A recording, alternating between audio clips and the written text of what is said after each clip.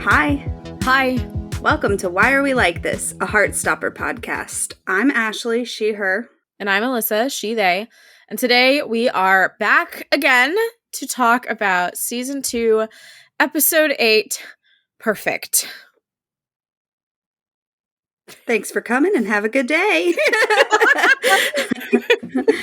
We'll see y'all next time. Yep. There's so much to unpack. So Season 2, Episode 8, Perfect, was written by Alice Oseman and directed by A. Roslin, and this is the one where the gang comes together for a memorable prom with a fitting theme, Summer of Love. But with someone important missing, it feels incomplete. And I just think that is so underselling this episode. So much happens in this episode. It's, I think, in terms of like the full episode including credits, it's the longest of the entire series. I think it comes in at like 40 minutes. Yeah. Obviously, like 6 minutes of that is credits, but beautiful credits. Mm-hmm. There's a lot to get into. I do have some notes before we get started. Yeah. We did not, in the last episode, talk enough about Joe Locke's acting. And Franzi on Discord made a very loud point that we have to go back and talk about that because hashtag give Joe Locke an Emmy. We will get into the acting in this episode, but I think we usually do a pretty good job of like bringing it up as we go. But last episode was like a lot of emotions. Episode was a lot. Yeah. This episode is also a lot. So I apologize in advance for anything we forget to talk about because of emotional compromisedness. But also we love y'all and keep telling us what we missed because yes, I always want to come back and talk about it. The scene with Ben in particular, he absolutely kills. So good. Something else that we missed, I just like didn't pick up on it, but then Susan on Twitter said the leaves that we see Isaac get at the art exhibit are green and purple. And I just didn't even pay attention. So that's purple for Arrow and green for Ace. So shout out to Susan, hashtag adopt our crew, hashtag save our flag means death. Can't believe they canceled that show. It was so good. I never watched the second season. You really should. I just never got around to it. It's devastating that they've canceled it. So, join the campaign if you're listening. Okay, also, there's this tweet that I found that's going to make everybody upset, but I just wanted to read it. The first tweet from spring_in_winter says the beginning of episode 8 starting with, and this is season 1, the beginning of episode 8 starting with, maybe I do just ruin people's lives, and ending with, my life is way better because I met you. And then Love Liking Nick with 2 Ks quoted it and said, and the beginning of season 2 episode 8 starting with, this is the most perfect my life has ever been, and ending with, you don't have to be perfect with me.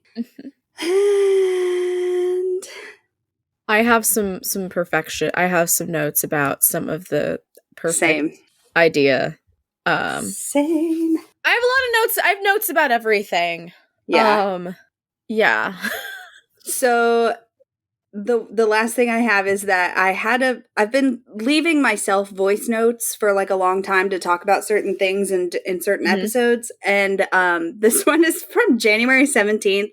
I have no idea where it came from or where I read this theory, but I left myself a voice note saying, talk about the theory that Imogen is Demi. And I think I can remember the context of the discussion, but I don't remember where I saw it or heard of it, but like the fact that every crush she has is like someone she's known for a long time that she trusts. So it's just an interesting theory that I'm gonna keep an eye out. Yeah, that's a good point. And that's all of my before the episode notes. All right. Well, my first note of the episode is this episode starting with colors of you as a personal attack, and I don't like it. And like I do like it, I do like it, but like it's just like, why do you have to do this to me? We start firing on all cylinders, and like I'm already compromised, and we haven't even like the screen is still black. Yeah, the first note on my page says "Colors of You" is playing, melts into the floor. Yeah. So when we were talking about season 2 and like prom and like all of these things, I was like, they have to dance to Colors of You at prom, and if they use Colors of You in any other way, I'm gonna be mad about it. And then this episode started with it, and I was like live tweeting, and I was like, okay, so we're gonna start the episode out, so you made it all the way to prom, then you're not gonna let him dance, you know? And then as the scene progresses, I was like, oh my god. You know, I'm like, this is the only way that they could use the song. This is perfect. It's perfect. Yes. So we get Nick waking up, and he rolls over, and immediately looks up at his pictures of Charlie and like gets a little smile. And so he rolls over and grabs his phone. Well, before we even get there, I'm already crying just thinking ahead to like season 4 when we're gonna have like the events of Nick and Charlie and how many more pictures are gonna be up there. Yeah. And like that got me. I was like, I am not ready. You're killing me. I think it's only fair given the times that you've destroyed and killed me. Okay, that's fair. Revenge. Fair. Yeah. So yeah, he picks up his phone and just goes for it. He opens Instagram and he picks a picture of him and Charlie like wrestling on the bed in Paris. I really want to know who took that picture. I feel like Isaac. Yeah, because Tao would not. Yeah, not in bed. Yeah. I just don't see Mom Tao doing that. No. So yeah, he puts it up on Instagram. He puts the caption "boyfriends" with a heart, and then in parentheses, "I'm bi actually." I loved. Yeah, she's in so big, and you can like feel the energy like radiating off of him. He's like got the anxiousness there for sure, but like excited and proud is like beaming off of him. Yeah. And the music, it's just it's perfect. It's done so well. Charlie comes running out and hugs him, and he like picks him up and spins him around. And the fact that their outfits, they're like wearing each other's flags. Yeah. And I just love it. Yeah. I would like to share what I wrote for this scene. Cut outside Charlie's house, and the music cue going into the chorus is perfect as Charlie runs out the door and into Nick's arms. Send hope, code blue, rest in peace me, R.I.P. me, I died dead. Yep. Nick spins him around and hugs him tight, and Charlie says, "You are the best, and I simply cannot go on." I love this scene, and I have been dabbling with like fan videos and stuff, like for in the Discord and stuff, and this is like one that I use a lot. This like run out hug spin. It's a very good run out hug spin. Yes, that's the technical term for it. Run out hug spin. Charlie asks, "Have you seen the comments?" And so then it cuts to them in bed, and this is where like a lot of my notes kick in, because this is where I wrote, Ashley has informed me that she already wrote down every single one of these comments, so I am not going to do that. Yeah. And I gesture fondly. Take it away, Ashley. Thank you. I took my like recording of the episode and went frame by frame to slow it down and make sure that I caught all of it. First of all, I still want to know who Mustache Wannabe is. Like, are they ever going to give us that person's identity? Maybe it's Michael. Oh, maybe. I'm throwing that out there. Yeah. Imagine it's been him the whole time. That's not based in any kind of textual evidence or anything. I just, you said it and I was like, character we haven't met yet. Right. So they commented and said, OMG, congrats. There's just like a bunch of back and forth, right? There's half positive, half negative. Something that I had never caught before because it's at the top when Charlie's like scrolling through them is that Ben commented and he put okay and ... question mark. Fuck right the fuck off, Ben Hope. I was like, are you fucking kidding me? And I thought that this episode was going to be blissfully Ben free. Yep. But it's there. Fuck you, Ben. So, yeah. Tea dispenser commented twice. The first time they said, Nick Nelson is gay? No way. And then several more comments down. They're like, when did you two get together? Question mark. There is, I'm not going to read everybody's usernames, but this is wonderful. LOL, sorry girls. No way. Oh, this is so sweet. OMG, I had no idea. I hope you're taking him to prom. So happy for you. So much love for you. Why are there so many? This is, okay, x.katielee.x is the real one because they commented, why are there so many comments saying he's gay when he literally stated that he's bisexual? Thank you, Katie Lee. That's one that I've clocked. Because that's once it's like one that they kind of like pause on there for a second. Yeah. Mm-hmm. Is this a joke? You guys look really cute. Mate, pick a side. Fuck you. Uh-huh. I had no idea you were gay. LOL, we played a rugby match against this guy last year. We have our faves. Imogen commented, Nick, heart, heart, heart. Sahar said, love you too. Darcy left 3 hearts. Isaac said, this photo is adorable, heart. So that's another reason I was like, Isaac probably did this photo. Yeah. Tara said, so happy for you guys with a heart. It like cuts up to Nick like looking over Charlie's shoulder while he continues. And we see, this is so shocking. I'm guessing you're taking him to prom. You'd literally never guess that this guy was gay. He's the guy who got bullied badly. This one's one of my favorites because it's not even like a complete question. It just says, rugby captain is gay. I bet they'll be dancing together at prom tonight. And Christian commented, happy for you, exclamation mark. Oh, Christian. So those are all the comments. I love Christian and like what a bumbling idiot he is later Christian in this really episode. shines at prom. Yeah. I really love that scene. I'm excited to get there. Yeah. So Nick says, I guess we knew that this would happen. And Charlie's like, are we going to get mobbed at prom tonight? Nick says there might be some stairs. And then he asks, are you sure you really want to go? And you could tell that Nick is like getting really anxious about specifically how this is going to affect Charlie. Mm-hmm. Like we didn't get the line of him saying that he didn't think he could handle them coming out as a couple right now, like he says in the comics. Yeah. But we didn't need that combo because Joe Locke has been giving us all these little nonverbal moments throughout the season that shows that the attention is going to have a greater effect on him.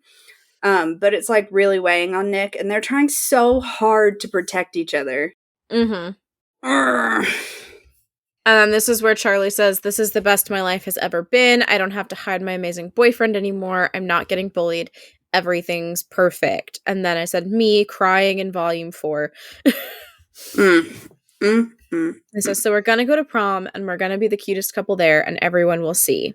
And I ended up making this note later on, like at the end when Nick is talking about like, you don't have to be perfect in front of me.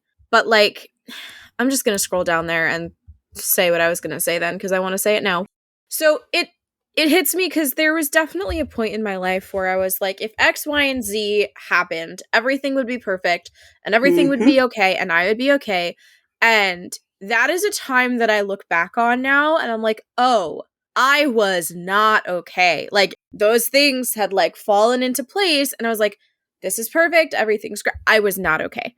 Nothing was perfect. And it just like hits me very much that Charlie is in this like very similar place of like, everything's perfect when we know that it's not. And I'm like, are you just trying to tell yourself that it's perfect because you feel like it should be? It just gets me a little bit. And I've been feeling that way since, because I think that line or part of that line was in the trailer, if I remember correctly.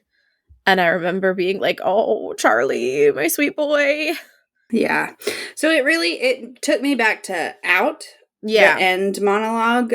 So I wrote that down again, where it says, I'm going to do everything I can to make sure that Nick doesn't have to deal with what I did. I can protect him. I can make sure that he never feels pressured or stressed or scared. Everything's going to be perfect. And this season, we have seen Nick pressure himself, be extremely stressed on multiple occasions, and show signs of fear. We hear him admit that it's been scary at the end of this episode. Like, they get there in the end, but there's no way to protect, quote unquote, protect someone from feeling these things. Yeah. They're just a part of life.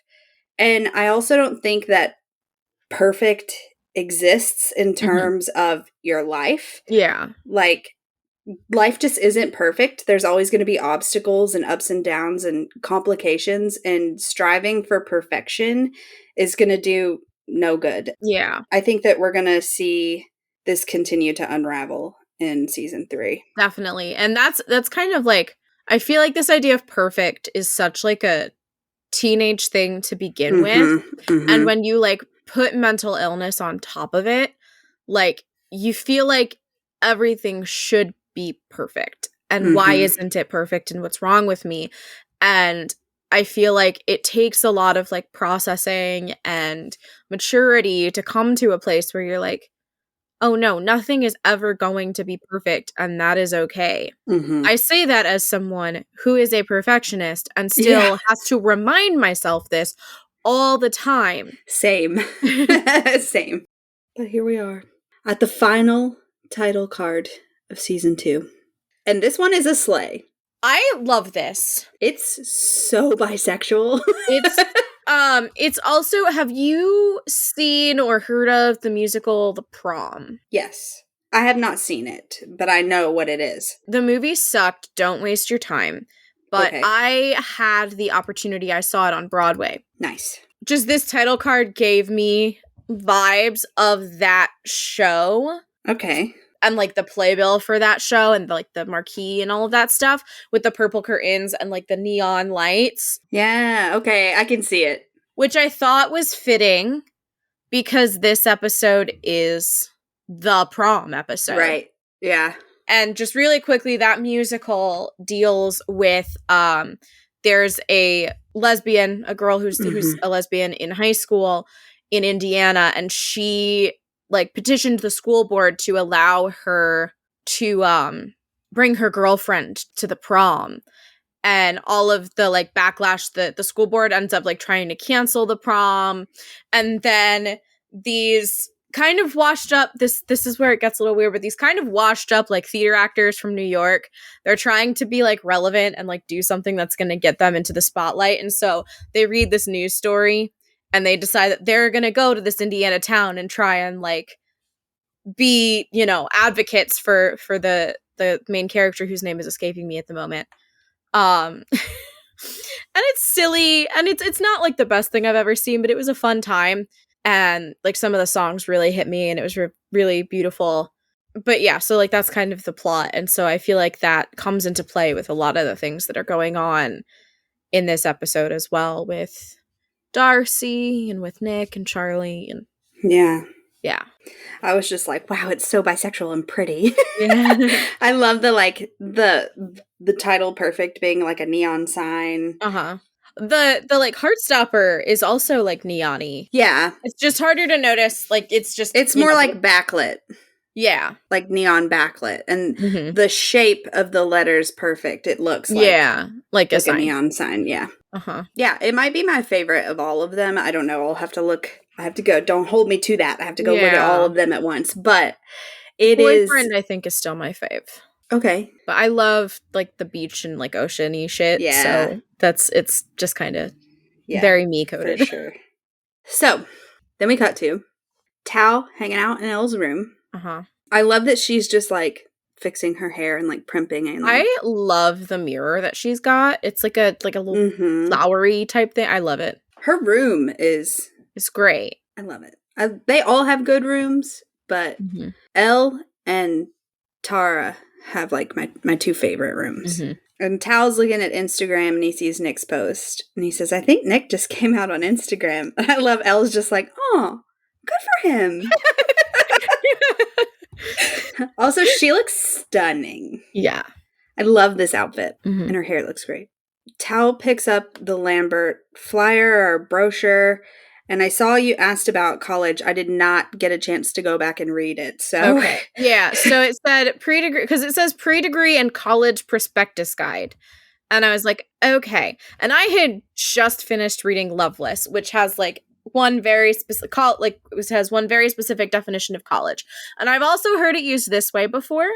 And so I was like, I need someone to explain this to me. Because I don't know if I'm wrong or what the fuck, but I'm confused.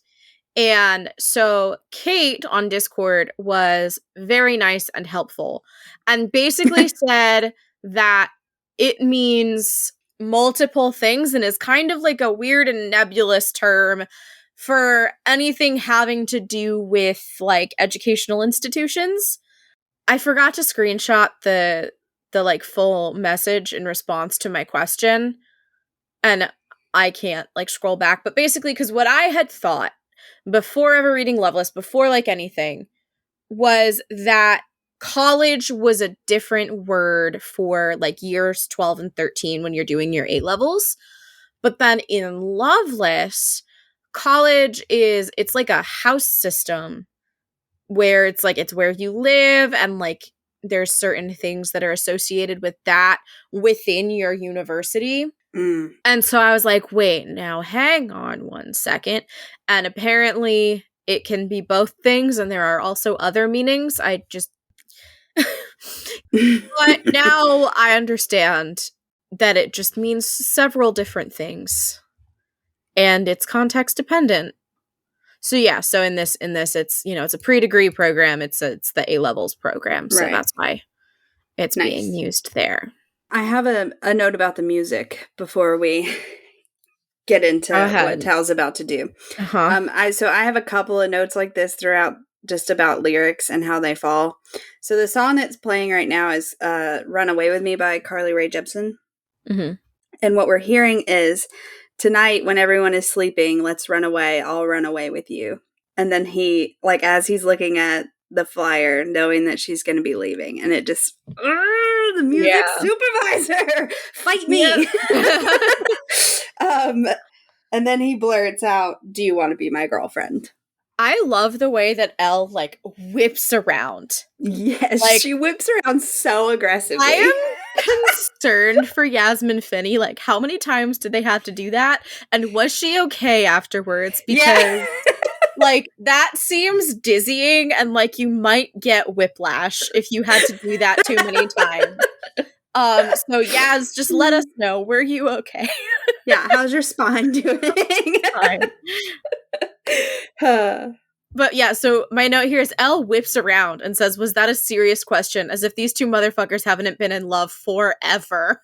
Yeah. She's like, "Was that a serious question?" And then he's like, "Yes." And then he starts to like backtrack. He's like, "Do you not want to?"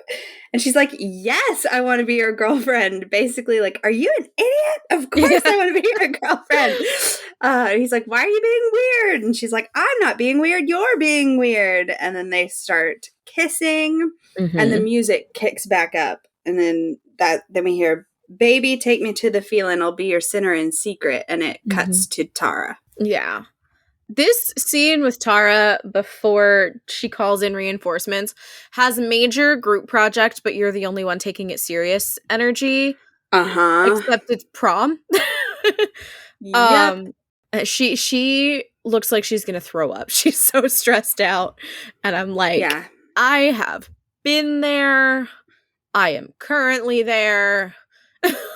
I will likely be there again soon in the future. Yep. And Corey kills, like, her facial expressions during this scene. Corey kills a lot in this episode. And it's a lot of, like, very subtle stuff. Yes. Especially because on top of the stress of prom, the prom setup being kind of a hot mess, Darcy's MIA. And Tara's been messaging her since 8:10, and it's now 11:18. And nothing. And then I said, Sahar comes over to ask where Darcy is, and Tara says she probably slept in, and I cry in dramatic irony. Yep. Also, but before she walks over, I think it's funny that we hear Sahar like talking to a group of people, and she's like, guys, I told you we are not dressing up. And I'm like, what kind of costumes are they trying to wrangle Sahar into for this performance? So yeah, the time I'm going to bring up the time again later because I have some questions about the timing. Like you said, it's currently 11:18 a.m. and she's been messaging Darcy since 8:10 a.m. Mm-hmm. And then Sahar comes up and says Imogen said that she hasn't gotten any of the food yet, but she's definitely going to Asda in a couple of hours, which I looked up and is owned by Walmart. Huh. So I'd heard of Asda. I was like, yeah, it's like a grocery store. Yeah, cool. I knew what it was, but I was like, I wonder if it's associated with any larger companies or any American companies. And so I looked it up, and it's a Walmart business. So Tara says, do you trust her with that? And Sahar says, not at all. Reinforcing my I can't stand her, I want to kiss her so bad theory. Yep. I didn't write that, but I was definitely thinking, I was like, this is very much, do I want to punch her in the face or do I want to kiss her in the face? Yes. And then I said, Tara, I know you're texting the gang now, but why haven't you already roped them into helping? That is one of the main powers of being the mom friend. Yeah. I got my gang to help me unpack my kitchen, and the only thing I had to do was buy them pizza. So, like, Tara, come on. Yeah. You're slacking. Yeah. Like, I love you, but you're slacking. I'm also just surprised that they didn't offer to help. They seem like a very tight-knit group that would. Mm-hmm. But I guess if she had that many people showing up, she probably told them, like, oh, it'll be fine. I have plenty of hands. Yeah. But then it's just pure fucking chaos. Mm-hmm. I love this 4-way split screen of everyone. Because we've got, like, Tara, like, texting and, like, trying to do the setup. Tao and Elle, who like fully stopped making out to read this message, which I'm like, I thought about that too. But so the way we see them opening it, like we see Elle stop and look at her phone, but then we see everybody else sending their messages while she's still looking. So my theory is that it was blowing up. And that's why she stopped to look. It's just weird the like order that they showed everyone in. I feel like they should have showed Tao and Elle last. I agree. To communicate this because it was a little bit weird. But yeah, Isaac has his book, is reading, and he's also surrounded by books. And he's reading Summerbird Blue by Akemi Dawn Bowman, which is the book that he's got there. Nick and Charlie are in bed, and Charlie's playing Switch, and Nick's just kind of looking at his phone, and he goes like, Charlie. And they all say that they're coming, but Tao and Elle do go back to kissing first. Yep. Gotta wrap things up here first. Gotta wrap it up! And then Tara adds a message saying, like, Darcy, if you see this, text me back. And I'm just like, so sad. I know. And then we cut to the Gay Avengers assemble! Oh my god. So I love it. Like, number one, the stained glass has some like major She-Ra vibes. I don't know why. I think it's like the like art and the colors kind of reminded me of She-Ra. But then they walk in like they're the cast of a goddamn heist film. And I was like, Jones is 6? I'd watch it. So if anyone wants to make that movie, you would have at least one person who would go and see it. And I'm sure there'd be more. But just like the way that they're walking, I was like, yeah, this is like the like scene. I can hear Tara narrating like she's Danny Ocean. Here's the plan. Like, and I also love that Isaac is reading his book while he's walking. While walking, yeah. And I just was like, can I adopt Isaac, please? So they walk into the chaos and everybody stops, and Elle's just like, oh my god. And Tara comes running up and she says, guys, I'm having a breakdown. And this scene is something that I think about a lot. As someone who feels this way, it plays in my head a lot. I've recently requested it as a GIF in our Discord so that I can just have it to use it. Yes. Y'all might have seen this on Instagram because I made Ashley share it, but I in looking at this space, it's a space we haven't seen before. And I'm like, what is this normally? An auditorium, a gym, a combination gym auditorium? Why was this space not used in Girls for the band concert? Because there is an actual stage here. Why were we here? And why are we not here? And why are we at the Truum gym instead? It bothered me. So later when Nick and Tao are sitting down, we see the like wall with the like pencils drawn on it. Uh-huh. And I think we have seen that wall before, but I can't remember. Huh. It is. Oh, so it's the same room that they do parent-teacher conferences in and family. Huh. Because I'm looking at it right now and there's the pencils on the wall. Okay. So this is at Truum and they use the fucking gym instead. I'm even more mad than I thought now. Like, I was like, well, maybe this is Higgs, but then also at the end, it's like the Truum courtyard, and I was like, yeah. What the fuck?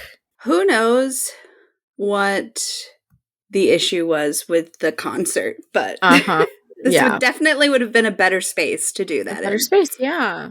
So then we get this like prom setup montage. Oh, wait. Mm-hmm. When Tara runs up and says, guys, I'm having a breakdown, and then it gives us the cut back to the group, the face that Isaac makes has me full on cackling every single time because he's like behind his book and he just gives her like a ooh, yeah, this is not looking good. No, it's not. And it does. It seriously looks like a sparkly tornado went through this event space. Yes, now we get the prom like decorating montage. Mm-hmm. Nick cracks me the fuck up. He is literally like so proud of himself for that little joke. Your dad energy. Which like makes sense. Tara's the mom friend, he's the dad friend. Yeah, for sure. And then like Tao and Elle are painting. Elle is telling Tao to let her fix something, but I'm not sure what there is to fix. They don't even have a full layer of paint yet. It's because he's painting in circles. Why? What is he doing? My note is, Tao, be serious. Just for 1 second. Tao can't be serious. What the fuck are you talking about? I also put, like, they're painting this wooden shape, and then later I was like, oh, it's clouds, but you can't really tell at that point. Yeah, no, I don't. Yeah, it's weird. And then Tao, like, jokingly, like, paints down her side, gets her arm, and then gets it on her shirt. And then they have a paint fight. And I'm like, y'all, I do not think that paint is going to wash off. No. Mine's like, he paints on her clothes in all caps. Her clothes! Yep. This is such a cute-ass outfit. I would be so mad. Yeah.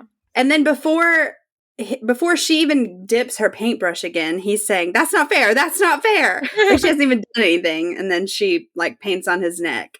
Yeah. Then we get this, like, very quick shot of Sahar and Isaac putting balloons up. And, like, I just want more Isaac-Sahar interactions. Yeah. Mm-hmm. And then we get Tara on Nick's shoulders. And I love it so much. Yes. Do you know what it makes me think of every single time, though? What? You're going to hate this. Oh, God. It makes me think of Riley putting up the, like, lesbian club sign. In Buffy. Like, every single time I see it, that's what I think of. No. Now you've taken this thing that I think is so sweet and pure and precious, and you've spoiled it. I'm sorry. I can't help the way my brain works. So then after that, we cut to Coach Singh and Mr. Ajayi, who are doing a very bad job of supervising. Yeah. My question is, have they been here the whole time? And why are they not helping organize it better? Or are they just like, my job is to supervise. I am supervising. Yeah. I love the idea of Mr. Ajayi coming back from Paris and telling Coach Singh all about what happened with Farouk. Yes. Which then prompted me to think about, so a few seasons ago, Grey's Anatomy did a web series called The B Team that featured that season's intern class doing stuff like that we didn't see in the like episode proper of like of the show. And I want something similar, but just the teachers. Yeah. I'm like, obviously, Coach Singh and Mr. Ajayi and Mr. Farouk would be like the main characters. I'm like, you'd have like Mr. Lang as a side character, but you know, the other teachers could be there too. Yeah. And I just want to see more of them and their friendship and like all the things that are happening with the teachers behind the scenes. Yeah. And this whole time Coach Singh is trying to convince Mr. Ajayi to invite Mr. Farouk to the prom. Yeah. And it's like, just tell them they need more chaperones. I have a very similar note. When he finally is like, okay, fine, and starts to text, and she's like trying to see, and he's like, no, and like moves away, and she like stops for a second, and then she's like, just a peek, I'll just have just a little look-see. And I'm like, this is where my headcanon came from, this scene, that she's been like slowly trying to like push them together. And I need some scenes of these two outside of school. Like, I want to see Friday night, margarita night, tell me all about Paris, and I want like Mr. Ajayi being like, and we haven't spoken since. Yeah. What do I do? I put give me that spinoff. The teachers of Heartstopper just being like, ugh, these kids are nauseatingly in love. Let's go shoot some whiskey to deal with what we have to deal with all the time. That's hilarious. I'm also imagining Coach Singh like going home and telling her wife all of this, and like the wife like quietly cheering and being like, then we can have a date night. Yeah. Yes, like double date. Yeah. So Charlie's like up on a ladder grabbing balloons, and he looks over at a group of kids that are like obviously talking about them, and you hear them like saying, are they actually dating? Apparently. Go ask. You go ask. Like, yeah. And then two of them come over, and one of them's like, is it true you guys are going out? And Charlie looks down between the two of them, and then Nick is like, yeah. And the other one says, I didn't know you're gay, Nick. And we get him once again having to explain the fact that he's not gay. He says, well, I'm bi, actually, but yeah. And then the first one that spoke was like, I think you guys look so cute together. I told you. And then they walk away. I'm like, kids, shut the fuck up. Yeah. Have these discussions away from them. I have so many thoughts. And I'm like, number one, what the fuck are all you children supposed to be doing right now? Because clearly there is a lot that needs to be done, and you do not appear to be helping. Number two, this would be the perfect time for Coach Singh to just kind of blow her whistle and be like, all right, get back to work. And then also, like, seriously, just fuck this. Don't do this. Like, queer couple, straight couple, anyone. Just don't do this. It's weird and it's shitty. Just don't. Yeah. So Nick looks up and asks, do you want to stop and get something to eat? We can walk to the shop. Charlie smiles and says, I'll eat later. I had a really late breakfast. And here's where I have my questions about the time. Because when Nick wakes up and opens Instagram at the top of the episode, it's 10:04 a.m. And then when he's at Charlie's and they're looking at comments, some of them are as old as 2 hours ago. So it has to be at least 12. But later when Tara texts them for help, it's 11:18. Yeah. So it's hard to know what time it is right now during this scene. But if Nick was at his house shortly after posting that at 10, then he knows that he didn't have a late breakfast. And you can like see that in his face. And I'm also like, I feel like what Nick is really trying to do is just like suggest that they like go elsewhere to get a break from everyone. And I'm like, Nick, you know, food is a touchy subject. You couldn't come up with any other reason to like leave. Because like clearly what it is he wants like a reprieve from like the stares and the comments. Yeah. And I'm just like, you want to go for a walk? I mean, maybe it was a 2-for-1er though, because he does know. Maybe. Especially if he's been with Charlie all morning and now it's at, noonish or later. And they haven't had any food. He could just be trying to gently nudge as well. Yeah. So Charlie says, you can though. And like goes back to working basically. And then we cut over to Tao covered in paint eating chips. Nick walks over and Tao like kind of freezes for a second when he sees him coming over. And then he's like, oh wait, we're cool now. I forgot. So he like chills out a little bit. Yeah. Nick says, looks good, talking about the paintings, and Tao says, well, Elle did most of it. And Nick, like, giggles and says, that makes sense. And Tao makes a face like he's going to be like, fucking rude. And then he's like, okay, that was pretty good. And like kind of giggles. And this is where my note that I shared on Instagram, where I was just like, God damn it, I love them together. I love them. Kit and Will have such good chemistry that like they're always gold on screen together. I'm like, it's just like, I feel like it's even more satisfying because like if you compare like them at this point to the scene, I can't remember if it was in Sorry or Boyfriend in season 1, where they're having the like tete-a-tete at the like table at lunch. Like it, you know, you can like really see how far that these two have come as, you know, friends in such a short time. Yeah. And like also the Tao offering him a chip, I don't and Nick takes one. It's like a perfect parallel to the bowling alley when they're eating the fries, but they're so much closer now than they were then, you know? Yeah. And then Tao says, I saw your Instagram post, and Nick is usually a super expressive person. And I noticed during this, as soon as Tao brings up Instagram, he's very like, you know, he kind of like crosses his arms over his legs and he's nodding and like saying one answer words. Like he's very nervous about this discussion. I love Tao. They're all idiots for assuming you're straight. And I'm including myself in that statement. Character growth. I was like, this is what I've been saying, Tao, because just all last season you and I were screaming about how this is not a straight man. But yes, also I literally said also yay for character growth. Yeah. And then I actually wrote out a lot of this conversation because I think that it's like really important in a lot of ways. So Tao says Charlie must be really happy. And Nick says, in some ways, yeah. I mean, he says he's really happy, but I don't know. I think he's finding all the attention like a lot, which I think we're definitely seeing. And I think that this is like a central worry that Nick has throughout this season, and especially in this episode. Yes. And Tao kind of like confirms that. He's like, well, yeah, he hates attention. So, and Nick says that he's just worried, and Tao asks how come.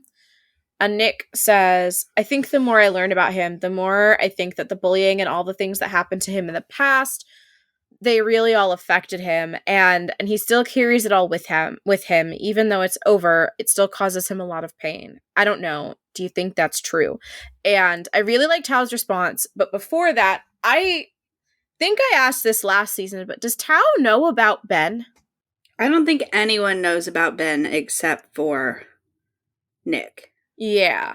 Yeah, because I feel like it, like I definitely get the vibes that Tao doesn't know, but like the bullying and all the things that happened to him in the past, like felt very much like it was referencing what happened with Ben. Yeah, and I was like, huh. Yeah, I think Tao is really internalizing what Nick is saying, though. Yeah. And not really thinking so much about Charlie and his experience.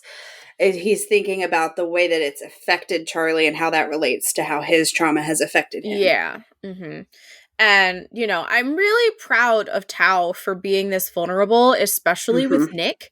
Because season Tao, I don't think would be this vulnerable with anyone aside from maybe Elle. Yeah. And he says, yeah, I do. I think when something really bad happens, it can affect you for a really long time. Like, my dad died when I was 12. And, you know, I think a lot of the reason I get so freaked out about losing my friends and losing Elle is because losing him was just like, yeah. And I want to flag this for the end of the episode. I just want to flag that because I think that it's going to be important to some stuff that happens at the end of the episode. And I just start crying my eyes out. And then again, we get like the really good like comic relief because Nick like is like, I didn't know about your dad. And Tao's like, oh, don't be weird about it. You know, and it's just like which is such a Tao response. It's a very Tao response. Like, please don't make this a thing. Right? Yeah. And I love Nick just being like, I'll try. Yeah. I have to say I'm also very proud of him. This is a big step for Tao. Yeah.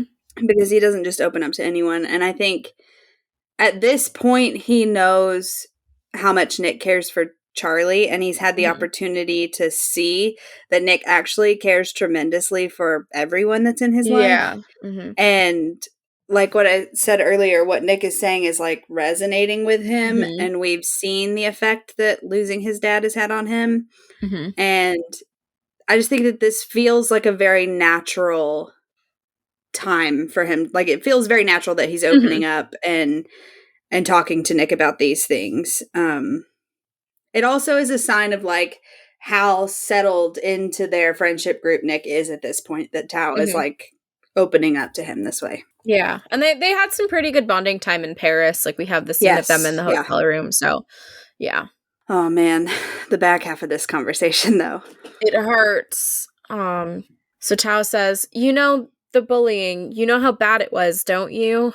And Nick says, "I mean, I heard some stuff, but yeah, Charlie never really talked to me about it." And Tao says, "Me neither," which I feel like That's a is bombshell. it's a bombshell, especially because of how protective Tao was of Charlie and like using the bullying as a reason for that. And I have to assume that some of that is like kind of like with hindsight, him feeling guilty about Mhm. possibly Mhm. being the reason that any of this happened in the first place. But it's like for him to be that protective and like being perceptive and knowing like how bad it was, but Charlie never really saying anything, Yeah. right? Like that's I think really important for Tao's character.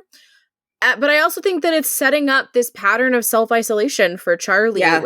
which is important, especially contextualizing it with everything that's happened this season and just kind of getting ready to move into season 3. Yeah. The way that my stomach dropped the first Mhm. time I watched this scene, I like that was such a like slap in the face to me. It's so eye-opening that like it shows you, like you said, the self-isolation, like how he I don't want to say how he's processing it, but how he's not processing it basically. Yeah. Mhm. That is so much to carry around. And it really like highlights how much of his behavior is an act. Yeah. And then we go to Charlie's room. And they're like, "Hey, that we're just going to move on. All right, you can sit with Yeah. that. Let's go to prom." Yeah, the cut there, I'm like, how did they end this conversation? Yeah. Because like Tao had to see that look on Nick's face. Yeah. So like I would love to see the resolution of that. I want to know what Tao's advice to Nick would be. Because we have seen these nuggets, even like before Tao like really warmed to Nick. We have seen these nuggets of Tao like offering advice on like how to navigate certain things with Charlie Right. to Nick. Yeah, that's a good point. Yeah. Nick looks great in his suit. Yeah. And I love that Charlie like knocks on the doors and is like, "Close your eyes." I love that Nick does it without hesitation. Like Yeah. he doesn't tease him or argue about it. And to me, that's like one of the sweetest things he does in the entirety of the show. Charlie Yeah. is uncomfortable, and closing his eyes would make him more comfortable. So Nick just does it without question.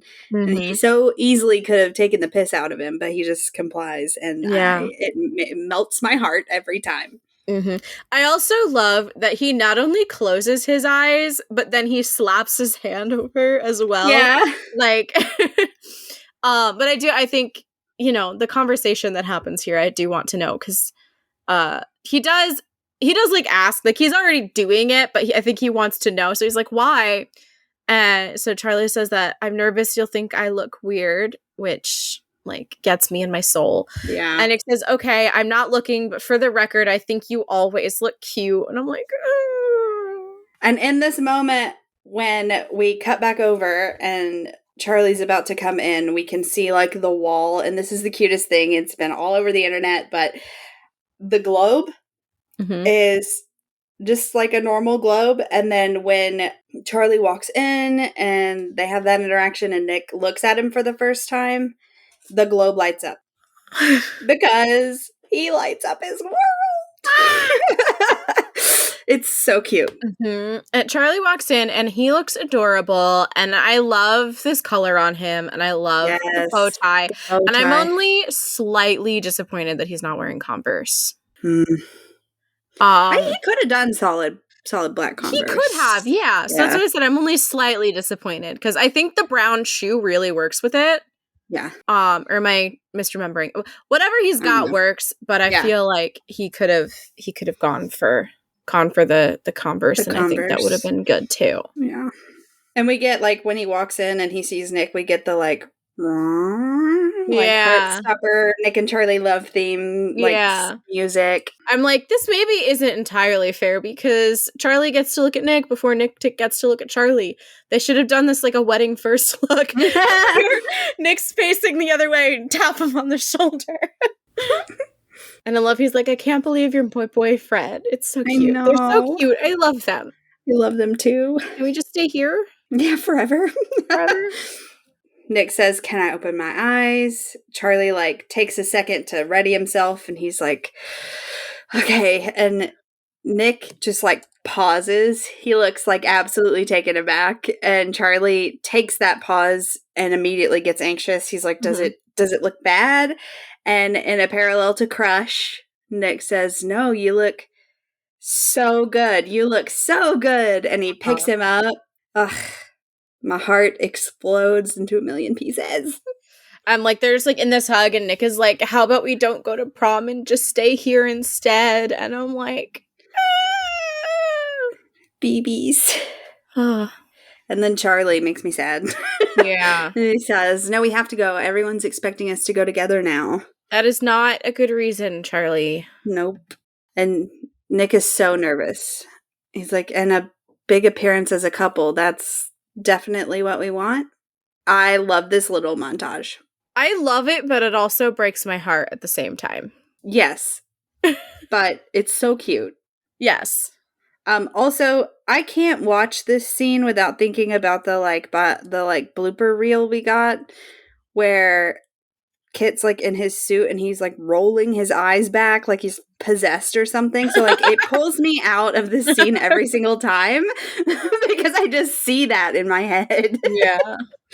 But yeah, so we get this little montage where like Nick and Charlie are like running through the entrance and everyone's cheering and there's like doodles that say like N+C forever, and there's like hearts and a rainbow and like a little cartoon crown goes on Charlie and like some little angel wings, and then they do like prom pose. Everyone's like behind them cheering. And then we cut back to Charlie and he's like beaming and he's like, yeah, it is what we want. No. And like this again, like the reason it breaks my heart, and I'm gonna make everyone else sad now too, and I'm not sorry about it, is because it fits into this. It fits into this like idealized, perfect version of like everything, and he's just. It's like the self-fulfilling prophecy almost of like you're setting yourself up for disappointment, because if you have this like perfect image of what's going to happen in your mind, it's not going to pan out that way because nothing can be perfect. And if you have it, like if you're like holding it to these high standards, like you're just going to be disappointed and you're just going to be like unhappy no matter what happens. And I feel like that ends up kind of coming to pass. Yeah. And it hurts me. Yeah, that's fair. Speaking of things that hurt me, we go to Tara's room, and she's looking at her dress hanging on her closet door, and she goes to text Darcy again, who she still hasn't heard from. And we see that it says, Darcy, I really need your help. Where are you? And did your mom do something? And now she's typing and says, whatever has happened, I'm here for you. And I'm just like... Yeah, I know. Also, not to pull us away from the context of this scene, but on the wall behind her, I don't know if I've said this before, but her wall art, there's like a mushroom lady, and I love it so much. If I could have anything from any of their walls, I think I would take that mushroom lady. I need it. Yeah. And then it cuts to Darcy on a swing, still in her suit. And like nearby over on the slide, there's like a little girl that's crying and her mom picks her up and she's like watching them. And then she grabs her things and like storms off. And then it cuts back to Tara and she sends, please come to prom tonight. She must be so worried. I would be losing my mind. Yeah. Like, I would be at the police being like, can I file a missing persons report? Like, Yeah. my girlfriend is missing. Yeah. I would have gone to her house way sooner. Yeah. And we have Isaac, like, laying out his outfit, trying to decide between some shirts. And he's trying to read. He just, like, cannot focus. And he, like, throws the book behind him. And I feel so bad. As someone who was pressured into going to prom by myself with a group of friends that were all dating, this is so relatable. It was an awful night. I don't recommend. He's just not looking forward to seventh wheeling, and I feel for him. Yeah, no.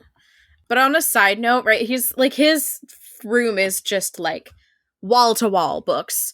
Yeah. And I really want to know what his system is. Because he definitely has a system. I really want to know what it is. Also, I'm sorry to disappoint, but I did not pause and try. Well, I did. I tried to pause and like see like what the books were and try and like call out some titles, but I couldn't read any of them. Yeah. So I'm sorry, but.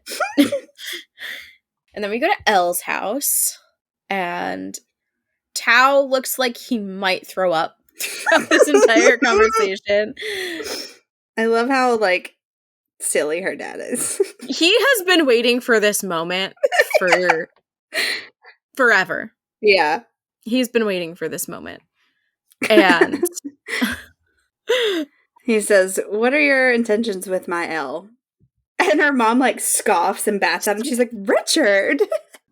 He's like, "I'm joking." And they all laugh. And then he, like, puts on a serious face and says, you know that Elle's mom had a conversation, like, now. Like, yeah. you don't go trying to scare this boy off. Like, you know how long she's been in love with him, right? And then immediately he does it. And she's like, what the fuck did we talk about? Yeah. He says, "If you're not back by 12, then you will be in trouble." Tao pauses, and then he looks at him like, You're kidding, yeah? This is a joke? And then they all laugh again, and then he looks like, help.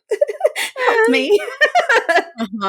And Saved by the Bell. Yes. Because we have, like, footsteps as Ella's coming down the stairs and through the door. And she looks incredible. So good. I love this outfit. Like, her parents are beaming, and Tao's brain has completely gone offline. Yeah. He cannot form any comprehensible speech. He's just like, you look, you're so, hello. She laughs and she says, "You look pretty good too." I love it. So cute. Mm-hmm. And then we cut to outside Truum. Tara's waiting, looking frazzled as fuck. Mm-hmm. And then Headmaster Stephen Fry says, "Welcome to the Truum Higgs Year 11 prom. Tonight, we are celebrating the summer of love, so make sure to dance, have fun, and show off your date to the world." And I'm like, are you live streaming it? Like, that felt a lot like a reference to the, like, trailer that was like, show the world. Yeah. Show the world what love is made of. Yeah. But yeah, it also made me think of that. Mm-hmm. Tara's dress is so cute. I love it. It's perfect for her.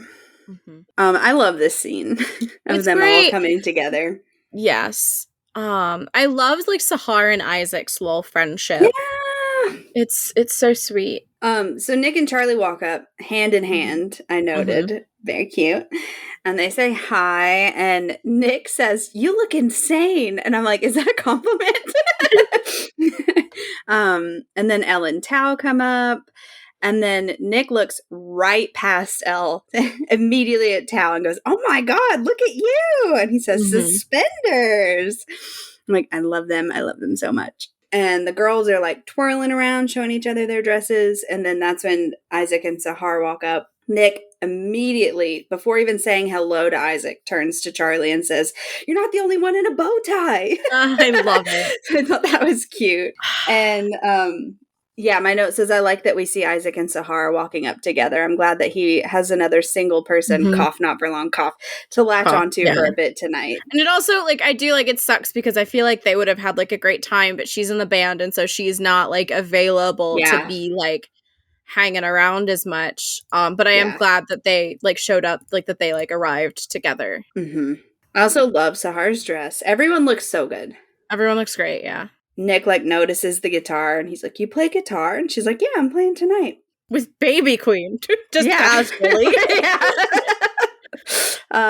Tara's, like, looking around. Elle looks around and notices, and she's like, where's Darcy? Tara lies and says, oh, she's just running late. Let's go inside.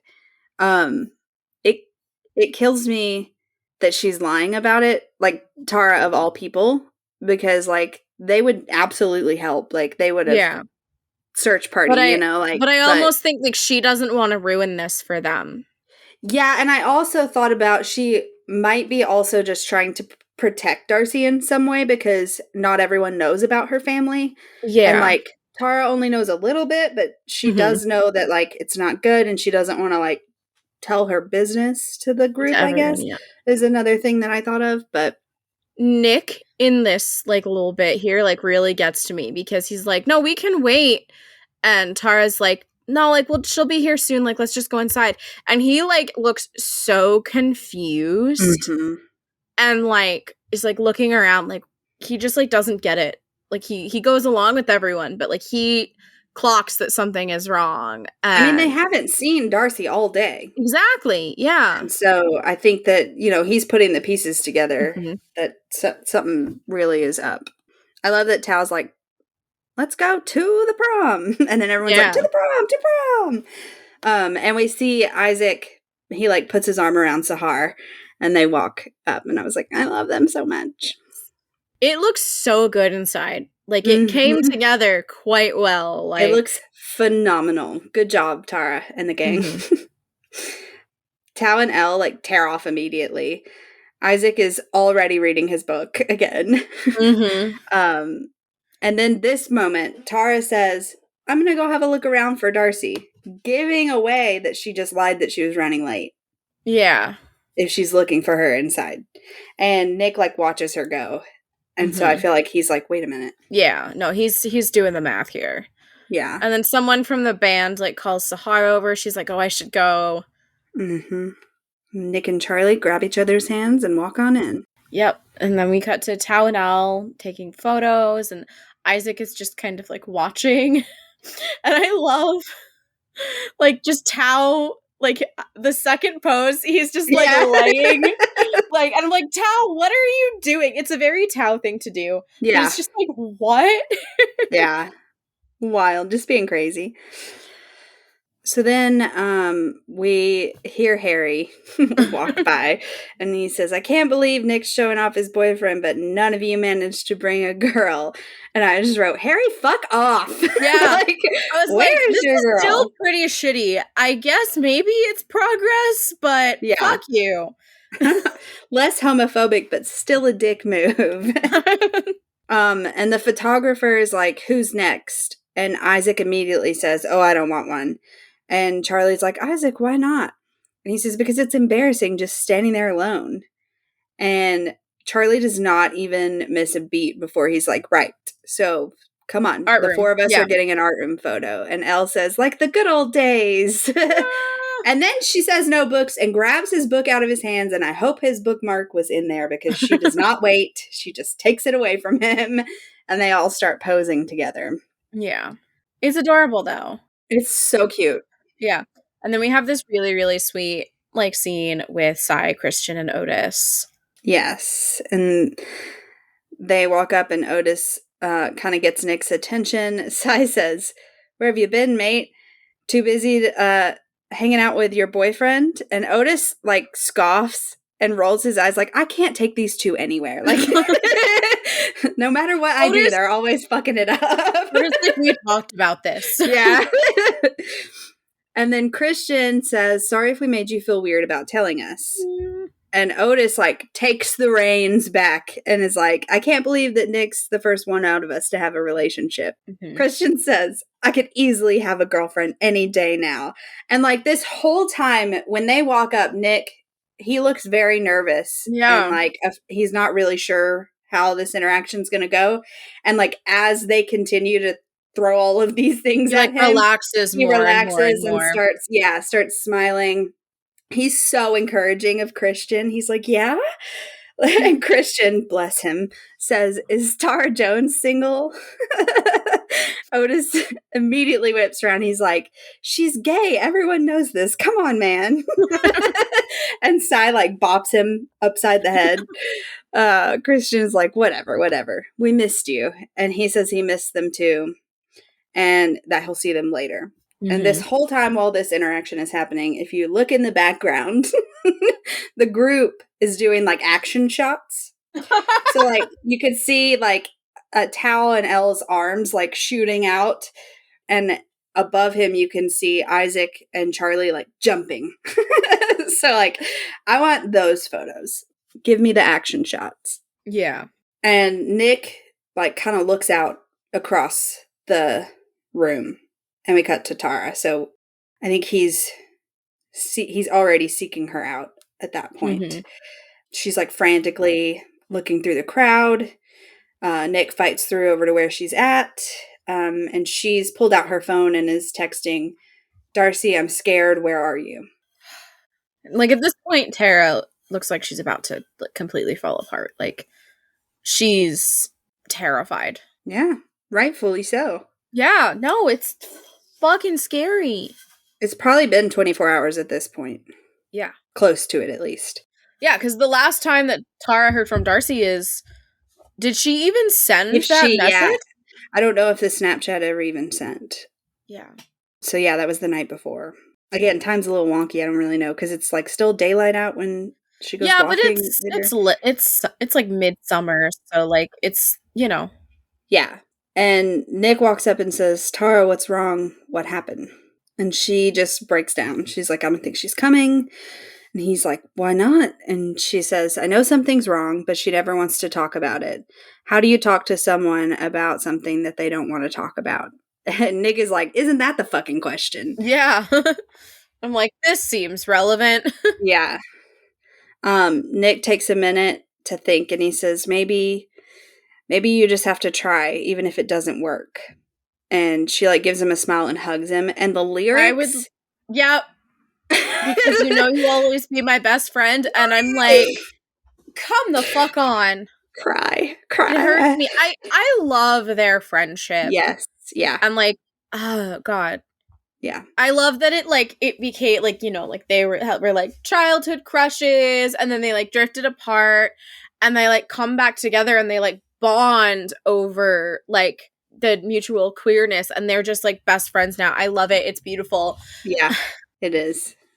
And Nick looks like he's gonna cry while he's hugging her, and like, oh, yeah. Yes, like it is because he sees the emotion in Tara and hurts for her, but it's also a realization that he like has to try to talk to Charlie. He can't keep just pushing it down, or nothing's ever going to change. Charlie's going to continue suffering.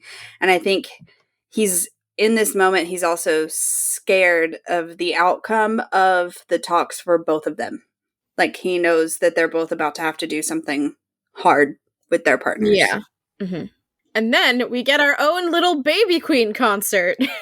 Baby Queen. Like the like microphone like turns on and everyone cheers, and Sahar's on stage, and then Baby Queen is there, and they're playing Just Like Heaven by The Cure. Yeah. And Tao and Elle fucking cut it up. Slay. It's epic. It is incredible. I need to know the origin of this dance, both like from a behind the scenes perspective of like the choreography and like how this decision came to be, but also like in text, like this is clearly not something that can be fully improv'd in the moment. Like they have been working on, I need to know. I need to know. Give it to me.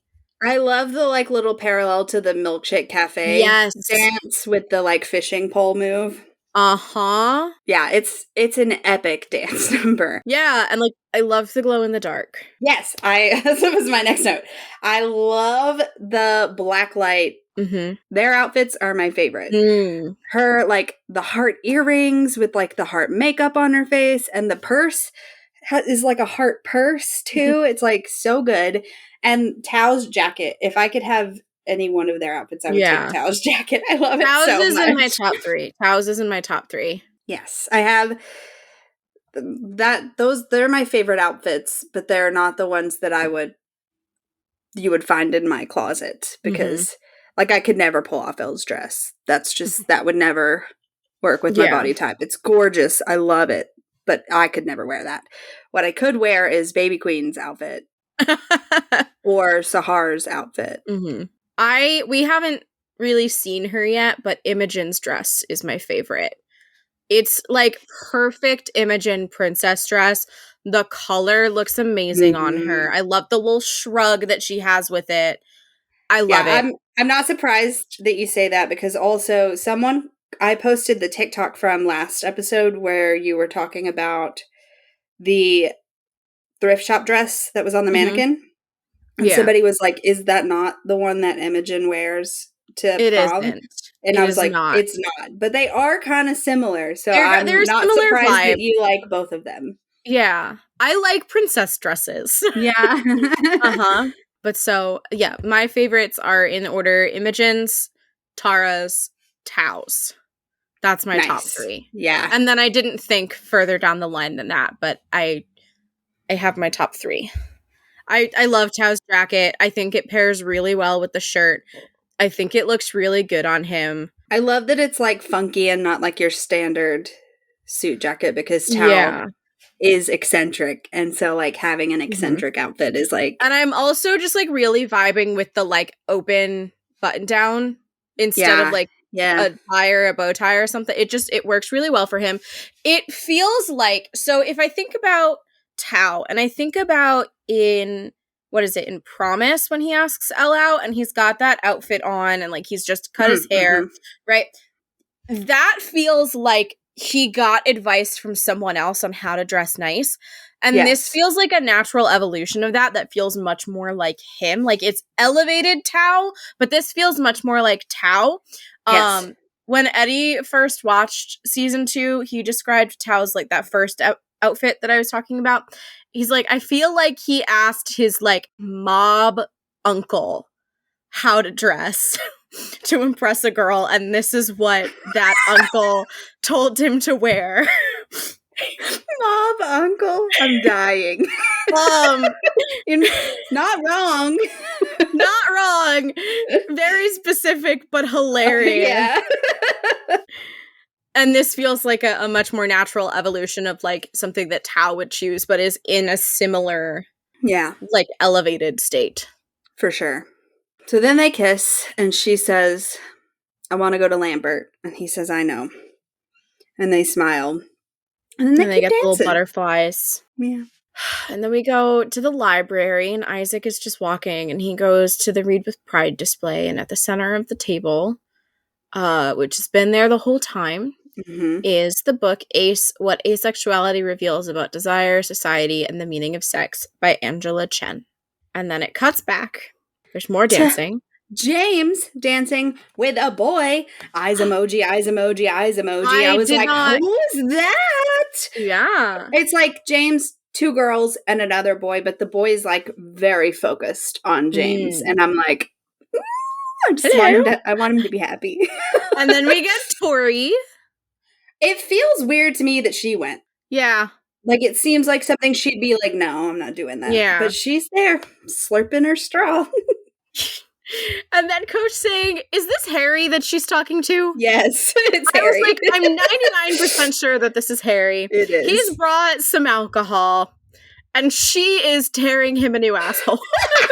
I love this. She's like, is it in here? Did you put it in there at the punch? I can't believe you did this. Turn out your pockets. Do you have any more?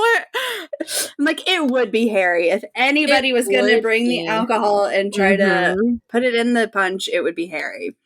Yeah. And then I love Ajay. He's just like vibing to the music on the like along the wall. He's like just jamming. And Farouk comes over and Mr. Ajay is like surprised that he's there. Like, you came. I like that they, instead of saying hello to each other, they just greet each other by saying their name. Nathan, Yusuf, you came. It's very formal. It is. He's like, you said you needed more chaperones. It very much has the energy of like, we have to act like nothing has happened because we're at work right now. They're like not looking at each other. They're standing side by side, like not making eye contact. The tension in this scene. Woo!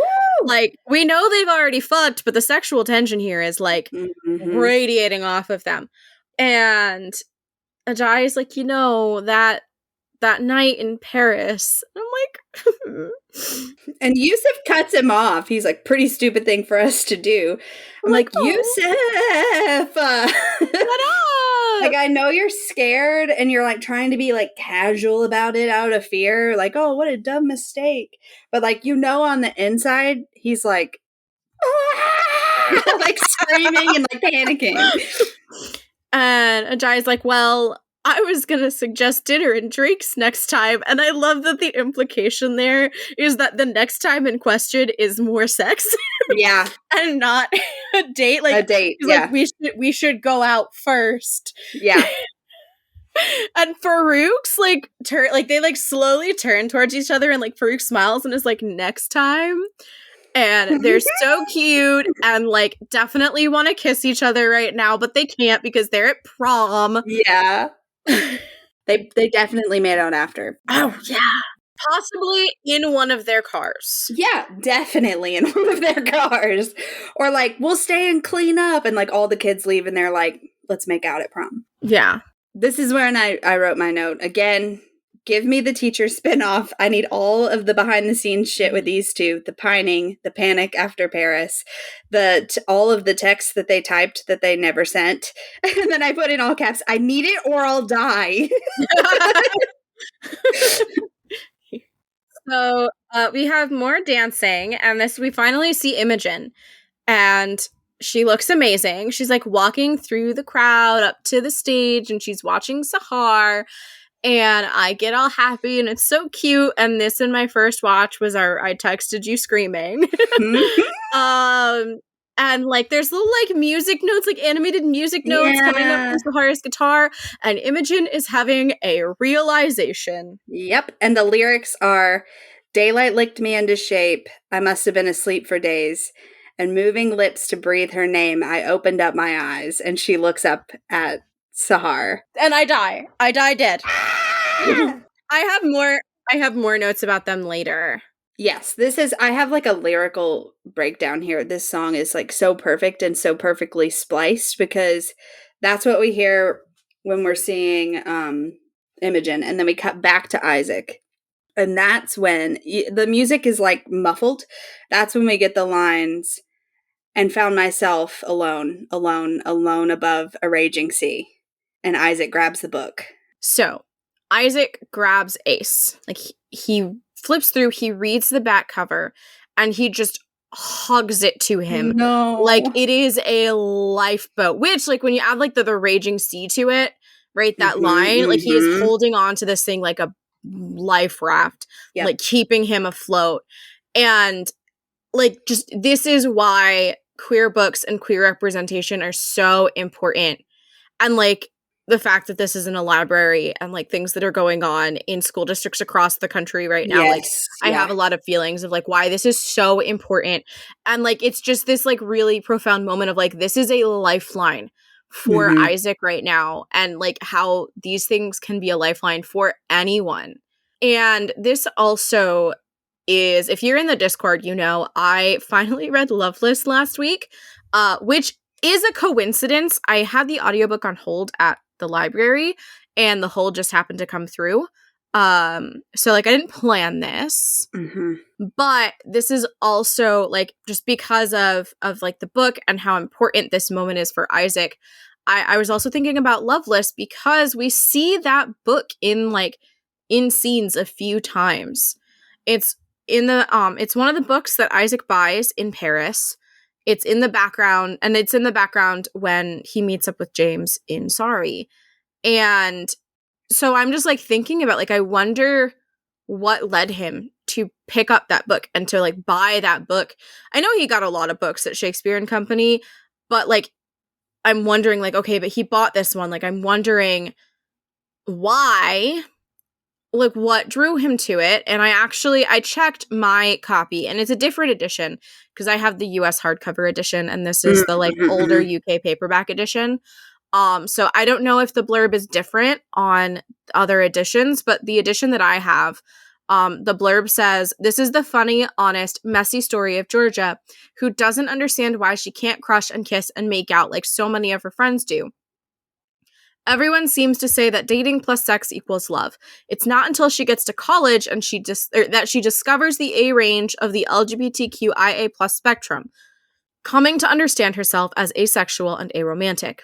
Disrupting the narrative she's been told since birth isn't easy. There are many mistakes along the way to inviting people into a newly found articulation of an always known part of your identity. But George is determined to get her life right, and with the help of, and despite the major drama of, her friends." And I'm just thinking a lot about where Isaac might have been in his journey and his realizations, because this was before he met Alex at the art show. And like, so I'm wondering, like, is this something that he has been navigating for longer than we have maybe seen? Yeah. And that for him, because he obviously hasn't read Loveless yet. We haven't seen him reading it. It's just been like it was in the pile of books that he bought in Paris. And like, I'm wondering if, you know, this is something he's been thinking about. And then that conversation with Alex at the art show was not so much a realization or a discovery for him, but a validation of something that he's been suspecting for a while. So I had a lot of thoughts and feelings. I definitely think he's been mulling this over since before he kissed James. Oh, definitely. I thought, do you think he read Loveless and then was like, I need something more like this is obviously a YA novel. I need like nonfiction. Yeah. And so he was like, oh, I remember when James and I put together that Pride display, that book was there. I'm going to go take it. I also was like, he was so close to the end of his book when they got to prom that I was like, he's finished it. And now he's like, I got to go to the library and get another book. Well, and I mean, so that's the other thing, is because this book has been there. So like, Aro Ace identity is something that's been on his radar because like of this, at the very least, because of this book display. So that, like, I'm just like really curious as to like Isaac's internal life and what's been going on with him in the like parts of his story that we haven't seen. And I like the idea of like maybe off screen he read Loveless like after talking to Alex. And then it cuts back to Imogen.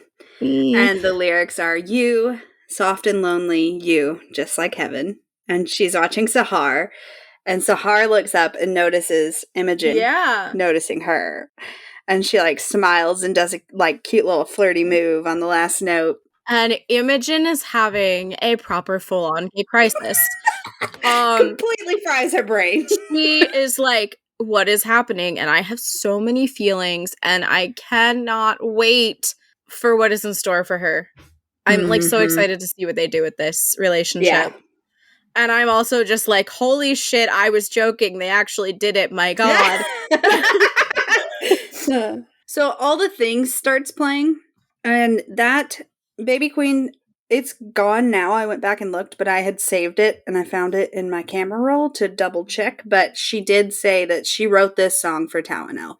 I think it's very much like first half of the season, them trying to like figure shit out. Like, I just want to be with you. Nothing is the same without you. Like all those little notes we got of them in the beginning when they were trying to figure their shit out.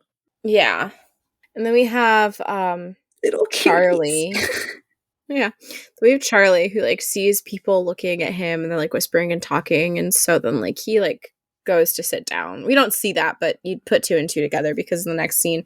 And Nick walking through this crowd gave me major Kiss vibes. Yes. of just like them looking for each other at the party. Mm-hmm. And then he finds Charlie sitting at a table by himself, and Nick sits next down to him and takes his hand because Their little waves, though, are so cute when he sees him at the table. They're it's little precious. waves. I love them. Yeah, it's definitely a parallel to Kiss, though, and he, like, is looking for him, and he finds him on the other couch by himself. Mm-hmm. And I like that he sits down and very deliberately puts his hand on top of the table. This is the first time, like, in a public setting that we've seen them hold hands on top of the table. And it's so cute. Nick says, feels weird. Should we, I don't know, dance or, like, get a photo or something? Charlie is highly entertained. He's like, can you dance? Nick's like, no, not at all. He's like, me neither. And then he's like, takes a minute, and he's like, can we leave? And I am so proud of him for saying that. Yeah. Because, like, I've definitely been in places where I'm, like, super overwhelmed and super overstimulated and don't want to be there, but I just put up with it. Yep. Right? I'm, like, so proud of him for saying this. Especially because, like, what? They've been there for maybe 30 minutes? Yeah. And Nick is like, I thought this was what you wanted. I'm not worried about people seeing us together. He's, like, he, like, low-key is panicking a little bit. Yeah, because I think for him, he's worried that that Charlie feels like Nick pressured him into doing this. Mm-hmm. And I'm like, Nick, baby. Yeah. So, but then Charlie says, but why should they have to see? We've been so obsessed with the idea of coming out. It's like we've forgotten why we wanted to do it in the first place. It's not for them. I just want to have a fun night with you and our friends. And I'm just like, exactly. Like, and I think that's the thing that Nick needs to, like, really internalize. It's like, they came out so that they could be themselves. Yeah.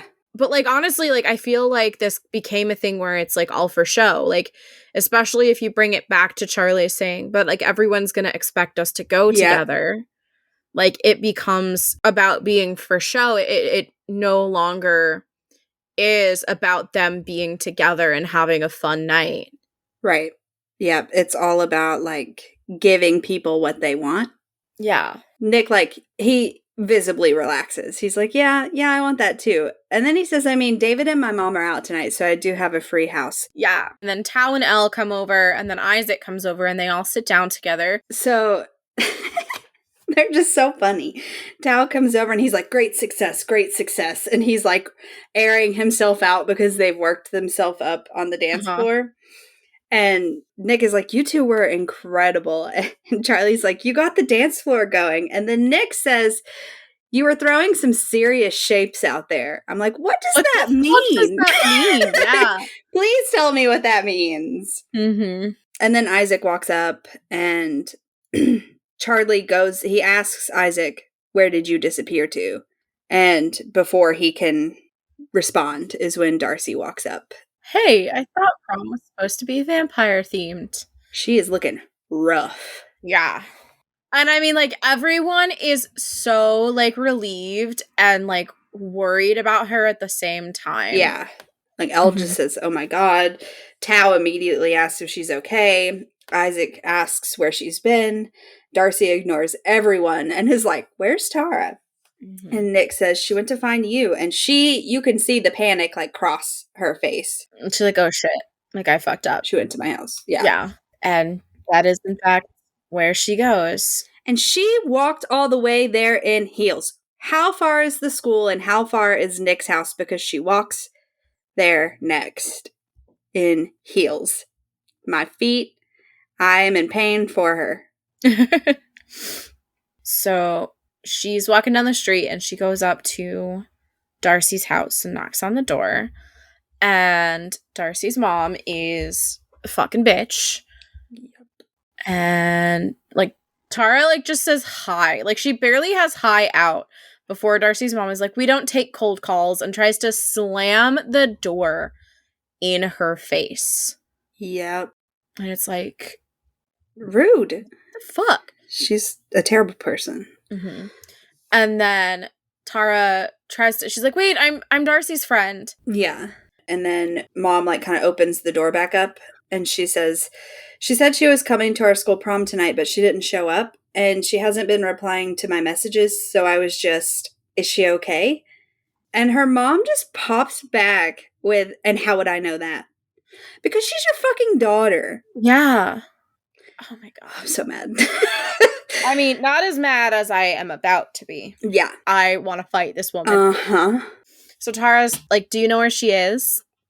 And Darcy's mom says, she had another one of her tantrums last night over an outfit. Can you believe? If your own mother can't tell you the truth about an outfit, who can? She looked like a lesbian. And like, her mom like spits the word out like it's like disgusting.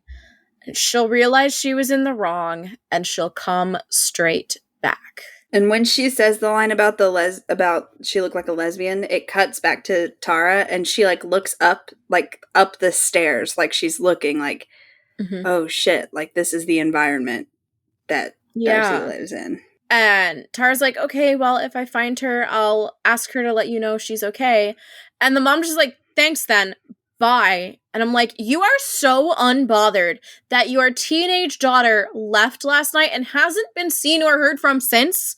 Like, thank God she's okay. Yeah. I am so angry at this whole thing. And like, I know that's the point, but it's done so well. Yeah. And I am just in a like rage. I'm like, your child walked out the house and has not been seen or heard from.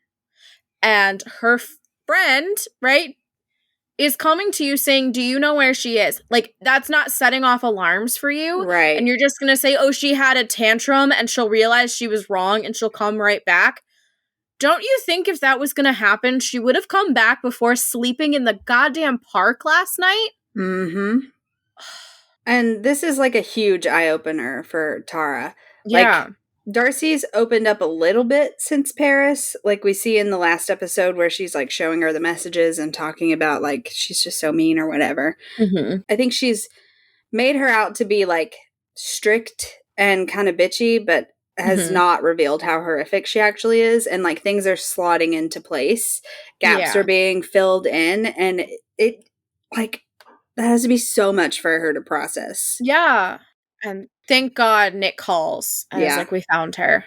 Like, because when her mom shuts the door before her phone rings, she looks around and she looks so helpless. Like, like she's not here. Like, and her phone is clearly off. Like, what do I even do? I genuinely think that if Nick hadn't called, she would be going to the police.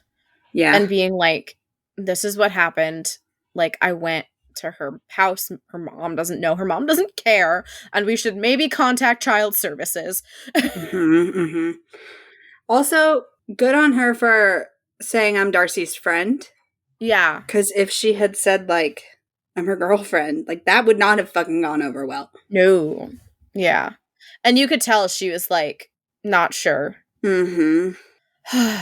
And then we go to Nick's house, and the way that this scene is juxtaposed, like, against the last scene, because, right, in both scenes we have her coming up to a door, and, like, the way that she's being greeted, right? She opens the door, and everyone is there, and, like, Darcy is, like, front and center, and Tara just, like, falls into her, like, with this, like, huge hug, and I'm pretty sure Darcy's crying, and I'm also pretty sure Tara's crying, and I'm pretty sure that I'm crying. And everyone just joins in for like a big old group hug. And it's just like, this is what family is supposed to be. And Isaac says, love you guys. And Charlie says, a lot in the group hug. And I was like, oh, my babies. I'm not okay. Also, it reminded me of Out. When Imogen comes to the door and everybody answers all at once. But then we cut to Tara and Darcy in the living room with the doors shut. And Darcy, as usual, is avoiding it by looking at photos of tiny Nick. She's not wrong. The little tiny kit photos are so cute. Tara just jumps in. She's like, where did you sleep? And Darcy tells her she went to the park. It was fine. Nobody was there. Tara's like, why didn't you text me? And she says that her phone was dead. She didn't have a charger. And then Tara's like, well, why didn't you walk to my house? Like, you know, she's just grasping for something. Yeah. And Darcy like takes a breath and she's like, because I didn't want you to know. And she sits down and she says, "Do you remember when we got locked in the music room the second time? You told me that you didn't feel as confident about being a lesbian as I did. And I wanted to be that person for you to help you through your journey." And Tara says, "But you are that person." And Darcy says, "At school, maybe. I'm not even out to my own parents. I don't think I ever will be. I hide who I am when I'm at home. I'm not confident. Sometimes my mom makes me hate myself. But then you said I love you, but what if that person doesn't even exist?" This explains so much about Darcy and So like the way much. that she's acted since Tara said I love you. Uh-huh. Like we knew that it related to her home life, but watching it for the first time I was so curious to find the root of it, and Mm-hmm. like this is it. She's like terrified. She feels like a fraud, right? She feels like Yeah. half a person because of the way that her mother has treated her. Mm-hmm.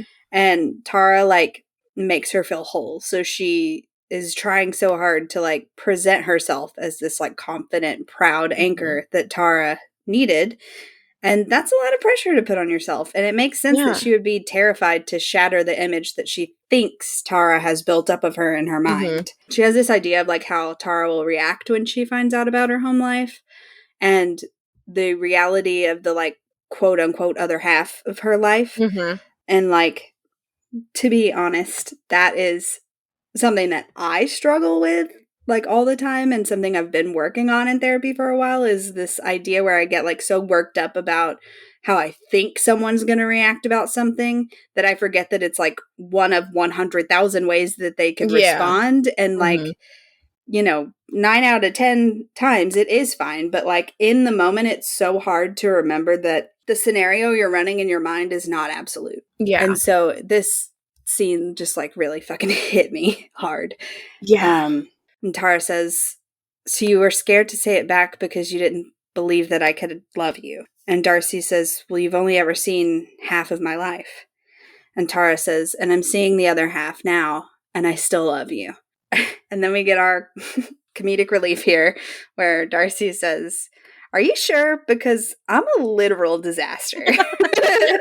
And Tara does not miss a beat. And she's like, "Oh, I know." And then she gets this like shit eating grin on her face. And she's like, "I actually like how much of a disaster you are." Yeah. And Darcy like closes her eyes and takes a breath. And she says, "I'm so in love with you. I'm just bad at saying it." And Tara says, "Well, practice makes perfect." I And love then this I have so my much. notes say, "Darcy, I love you. Tara, I love you." And cue Taylor Allison Swift. I know it wrecked me.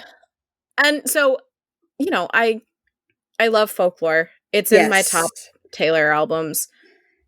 So I listen to this song with some frequency, Yeah. and like just every time I listen to it, like after having seen it in the show, I'm like, this is a perfect Tara and So Darcy. good. But I'm so mad because they didn't put the bridge, which is what I think is such a really good, I think you should come live with me and we should be pirates. Yeah. Your dad is always mad and it must be It's why. Like, perfect. it's so perfect, but they didn't put that part in. And I'm Yeah. like, come on, guys. Yeah.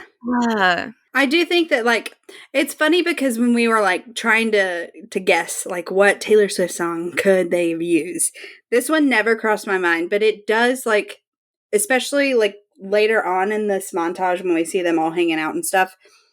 This song really does capture the innocent magical feeling of being a child, like of being a yeah, youth. it's like so wistful and like just like this like sense of like the swinging like back and forth. Like it's Mhm.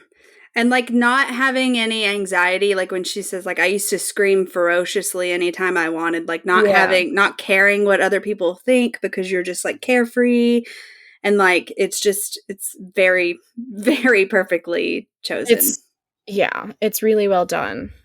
God. And it kills me. And I will be honest, my notes during this song are not as good because I'm just vibing.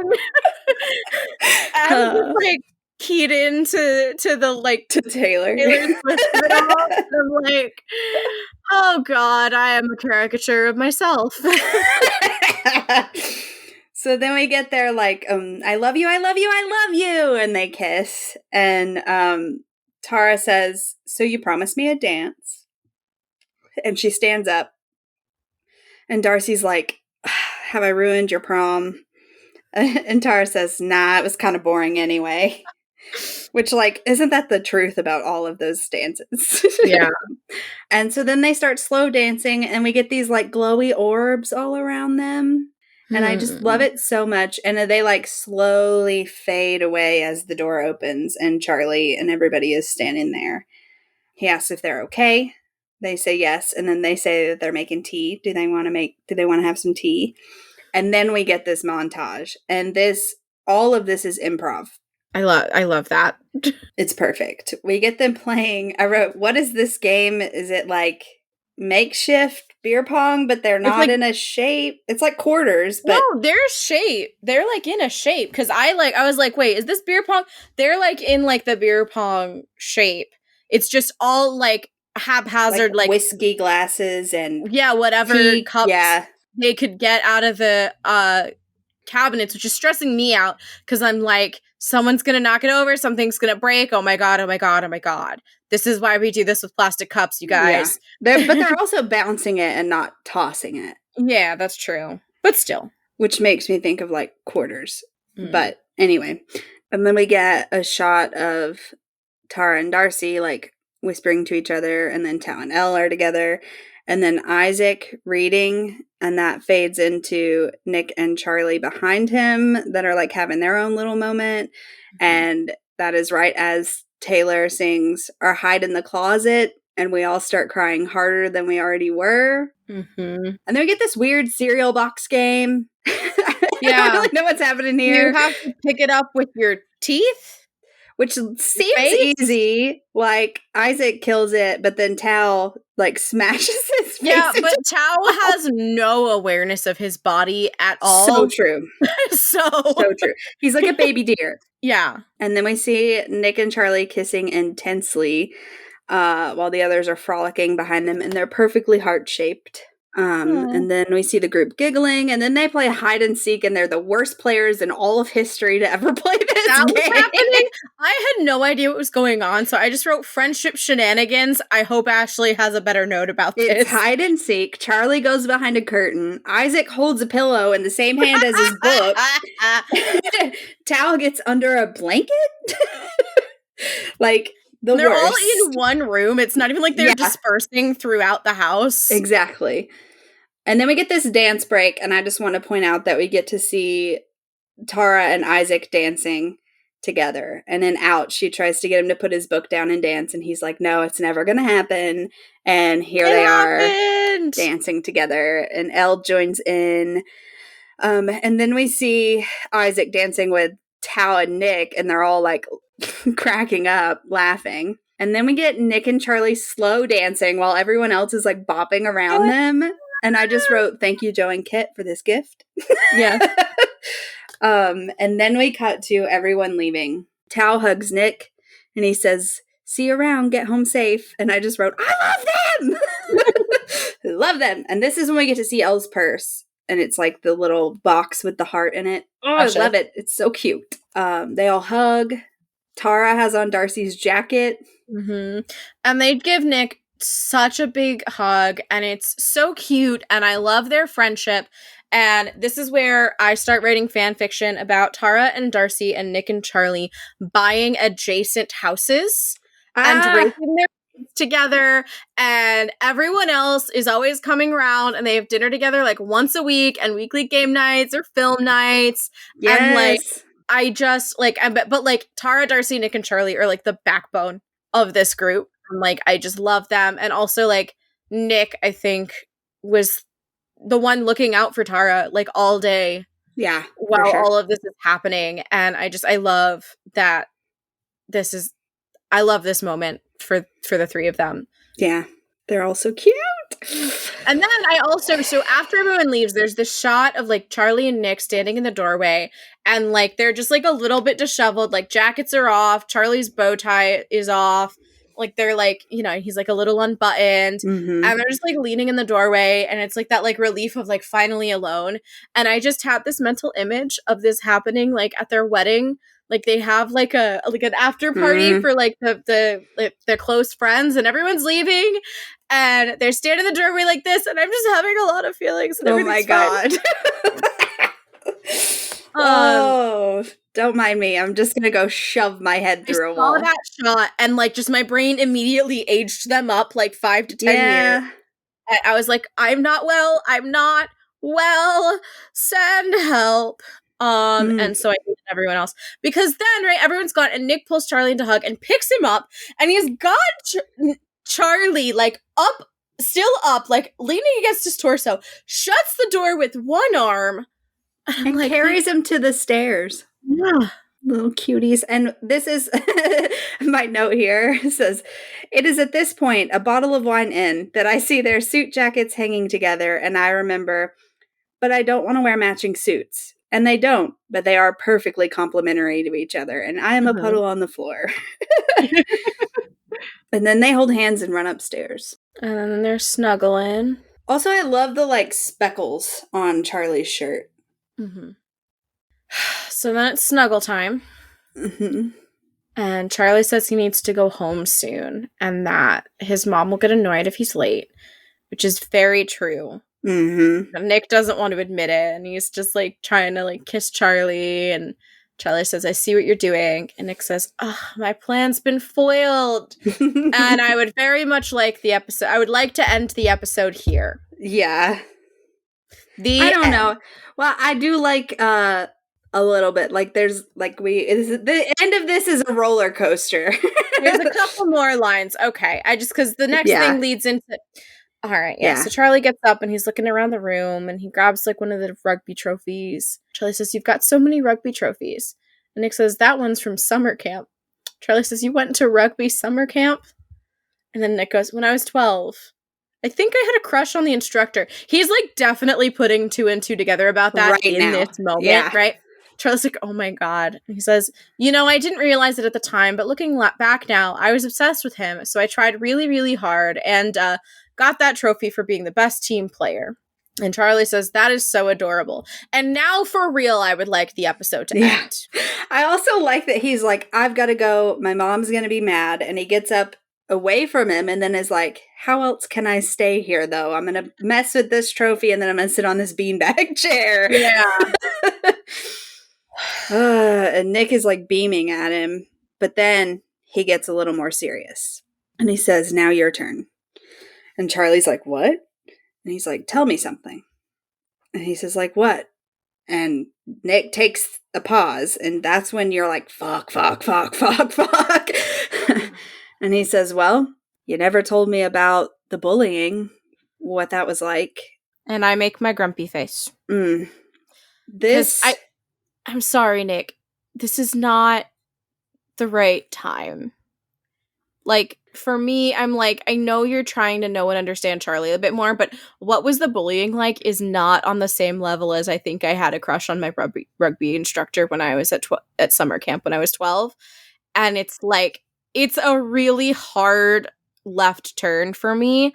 Yeah. I'm like, I know what you're trying to do, but this just does not feel like the right circumstance. Like, this is when you ask Charlie about his embarrassing middle school crushes, not bring up literal trauma. I just feel like he can't hold it in anymore. No, I totally get that. But like at the same time, I'm like, not the right, no. But I think that it, like, as much as I feel that way, I do think that it like emphasizes the fact that Nick is also like only 16 years old, and he can't fully help Charlie process this in the way that he needs.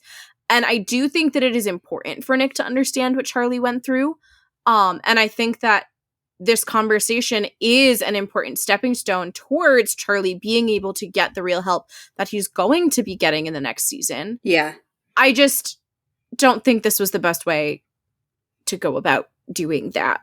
It's been building, and then the conversation with Tara, like, I just think it just kind of, it just flowed out, you know? I totally get it. I am of two minds on this. Yeah, and I think they go well together, but like, just like the first, like when I hear it, I'm like, that's not the conversation you're having right now. Yeah. And the look on Charlie's face. Just completely goes inward. Like, he shuts down, shuts off, Hashtag give Joe Locke an Emmy. This is so well done. Mhm. He just, like, curls in on himself, and it hurts. And this is where Charlie's like, "We don't need to talk about that. Everything's fine now," which, like, clearly it's not. And then Nick, "Is everything fine? I know you like everything to be fine and happy and perfect all the time, but you don't have to be perfect with me." And, like, this is where I made my note originally about, like, being at a point, like, there was definitely a point in my life where I felt like this. And it's just, I feel like for me and possibly for Nick, it's been a bit of a red flag that he keeps saying, like, it's perfect, everything's perfect. And I think Nick is trying to give him that permission to, like, let go of that image. But Charlie is also not there yet and isn't going to be for a little while now. Yeah, and it's at this point that he, like, pulls his legs in closer and he, like, starts to shrink in on himself. And Nick comes down and, like, gets on his level and grabs his hand. And he says, "Charlie, we said we'd tell each other things after you told me about your eating thing." And Charlie, like, takes a moment and you can see him, like, hyping himself up to, like, open up. He's like, okay. This is my give Joe Locke an Emmy moment, is this whole story. Yep. And the way that he does, and, like, it just rings so true to me of, like, telling someone you love about, like, the darkness inside you that you don't know how to exercise. Right. And you don't know how to get out. And it just, like, he starts out, like, very nonchalant, and just, like, it gets, like, deeper and darker, and it hurts me. Yeah. So he says, "Someone just heard Tao talking about me coming out, and I think it surprised me how homophobic people were. I thought things were better nowadays. People would just call me disgusting to my face." And then this is where he starts to break. Yep. Right? Like, he's kind of like, you know, chill. Like, it's casual, it's fine, right? It's in the past. But then he says, "And it went on for so long that I think I started to believe that what they were saying. It made me really hate myself so much that I used to cut myself sometimes. I don't want to feel like that anymore." And you can tell this is the first time that he's admitted this to someone, because he can barely get it out. And, like, I'm proud of him for telling Nick this, because it can be really hard to talk about these things. And, I mean, Kit also, like, as he's listening to this, is also destroying me. Like, it is so much. I'm like, can we give them both an Emmy? Can they share an Emmy? Can they both get an Emmy? I mean, Kit got one last season, so I think Joe should get it this season. But, like, can we give? They're both, like, it's both so good. Because, like, Nick isn't saying anything, but he's just, like, listening to this and, like, realizing how bad it truly was. Like, it's worse than I think he ever could have even imagined. Definitely. And, like, there's also, and I wrote more about this later, I think, like, this just fear, right? Especially as Charlie is, like, admitting to self-harm, like, this fear that, like, Nick didn't have before, that's, like, coming up of, like, oh my God, like, am I going to lose him? Yeah. And I think that for Nick, it's also, like, this is the point where he's realizing this isn't something that he can help Charlie with on his own. And that he is just a kid. And that there isn't much that he can do. Yeah. It's so much deeper than he ever thought. And I think that he is totally and completely overwhelmed in this moment. And yeah, I think that he, like, it shows that he doesn't know what to do or say, but his love language, again, is physical touch. So he just immediately engulfs Charlie in a tight embrace, because that's the only thing he knows what to do in that moment. And I think it's interesting, the word choice, "I don't want to feel like that anymore," instead of, like, "I don't want to do that anymore," or, like, anything. It's all, like, it's taking the focus away from the coping mechanism and bringing us back to the root, right? Like, I used to cut myself sometimes, but I don't want to feel like that anymore. And that's, like, really important, I think. Nick asks, "Do you still do that now?" Charlie says no. I don't know if I believe that. I think that I believe that Charlie at this point isn't cutting anymore. I don't know how long he's not been, but I think that, there's other forms of self-harm Yeah, going on. definitely. But I think for me, it's just that I saw other signs at the beginning of the season, but then I guess just because he's saying he doesn't do it now doesn't mean he hasn't done it recently. So yeah. take me saying I don't believe that with a grain of salt. I think that it has happened this season. Maybe not in the last couple of weeks or whatever before this. Yeah. Mm-hmm. But definitely not during Paris because right. there wouldn't have been a way. But I want to move on, so we're gonna move on. So yeah. So he says sorry, and Nick says, I thought we banned the S word, and they pull back, and he says, can you promise to tell me if it ever gets that bad again? If we weren't broken enough. Hurts me so much that Charlie doesn't say yes, Yeah. right? Because that means he doesn't want to tell Nick. Yeah. He wants, which I think leads into definitely recently this has happened, mm-hmm. Maybe not currently, right, now exactly. in this present moment, he hasn't been doing that. But so he says, I just don't want to annoy you or burden you, which to me sounds like I intend to continue doing this. For me, I think I don't want to annoy you or burden you sheds light on how often he feels that bad. Yes. So it's not I don't want to tell you once every 3 months it happens. I don't want to tell you because it's happening multiple times a week. Yeah. Mm-hmm. And I don't want to overwhelm you. Yeah. And he says, I don't want you to think I'm some fragile, broken mess. You need to fix me. I would hate that. And as if this scene hasn't already completely destroyed us. Yeah. Nick says, you're not, and I wouldn't.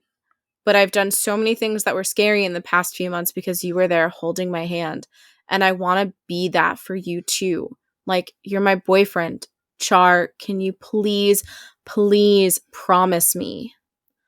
And there's so much going on in here. He's so desperate for him to promise. The way that he whispers the first, can you just please? Char, can you just please? Please promise me. He's grasping, please, can I just let me help you with this? And it's not even that he's asking, please don't do this. Just please tell me about it. Yeah.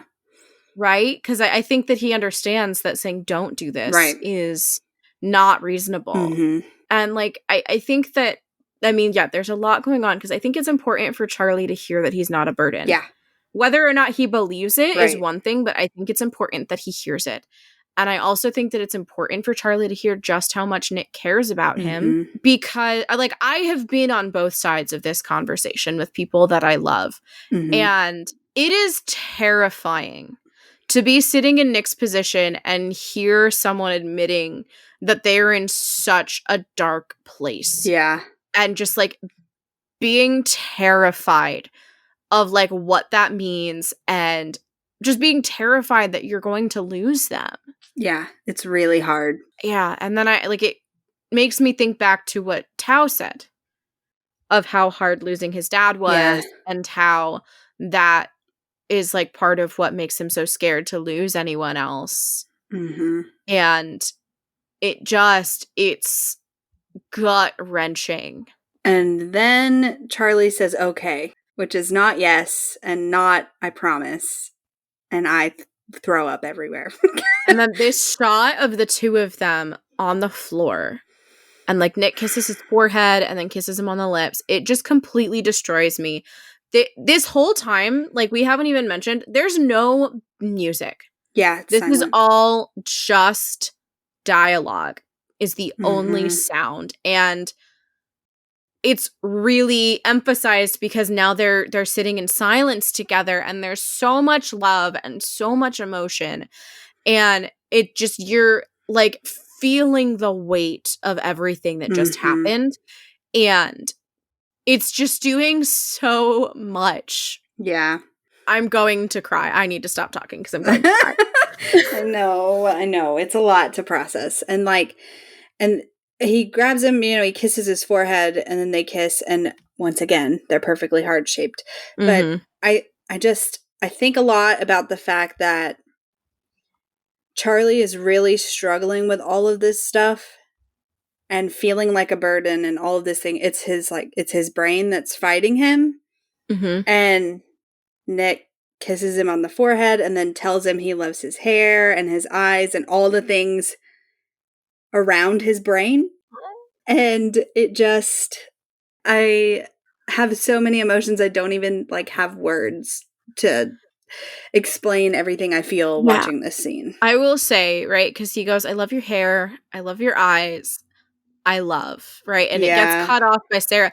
The first time I watched this, I really thought they were going to go for it.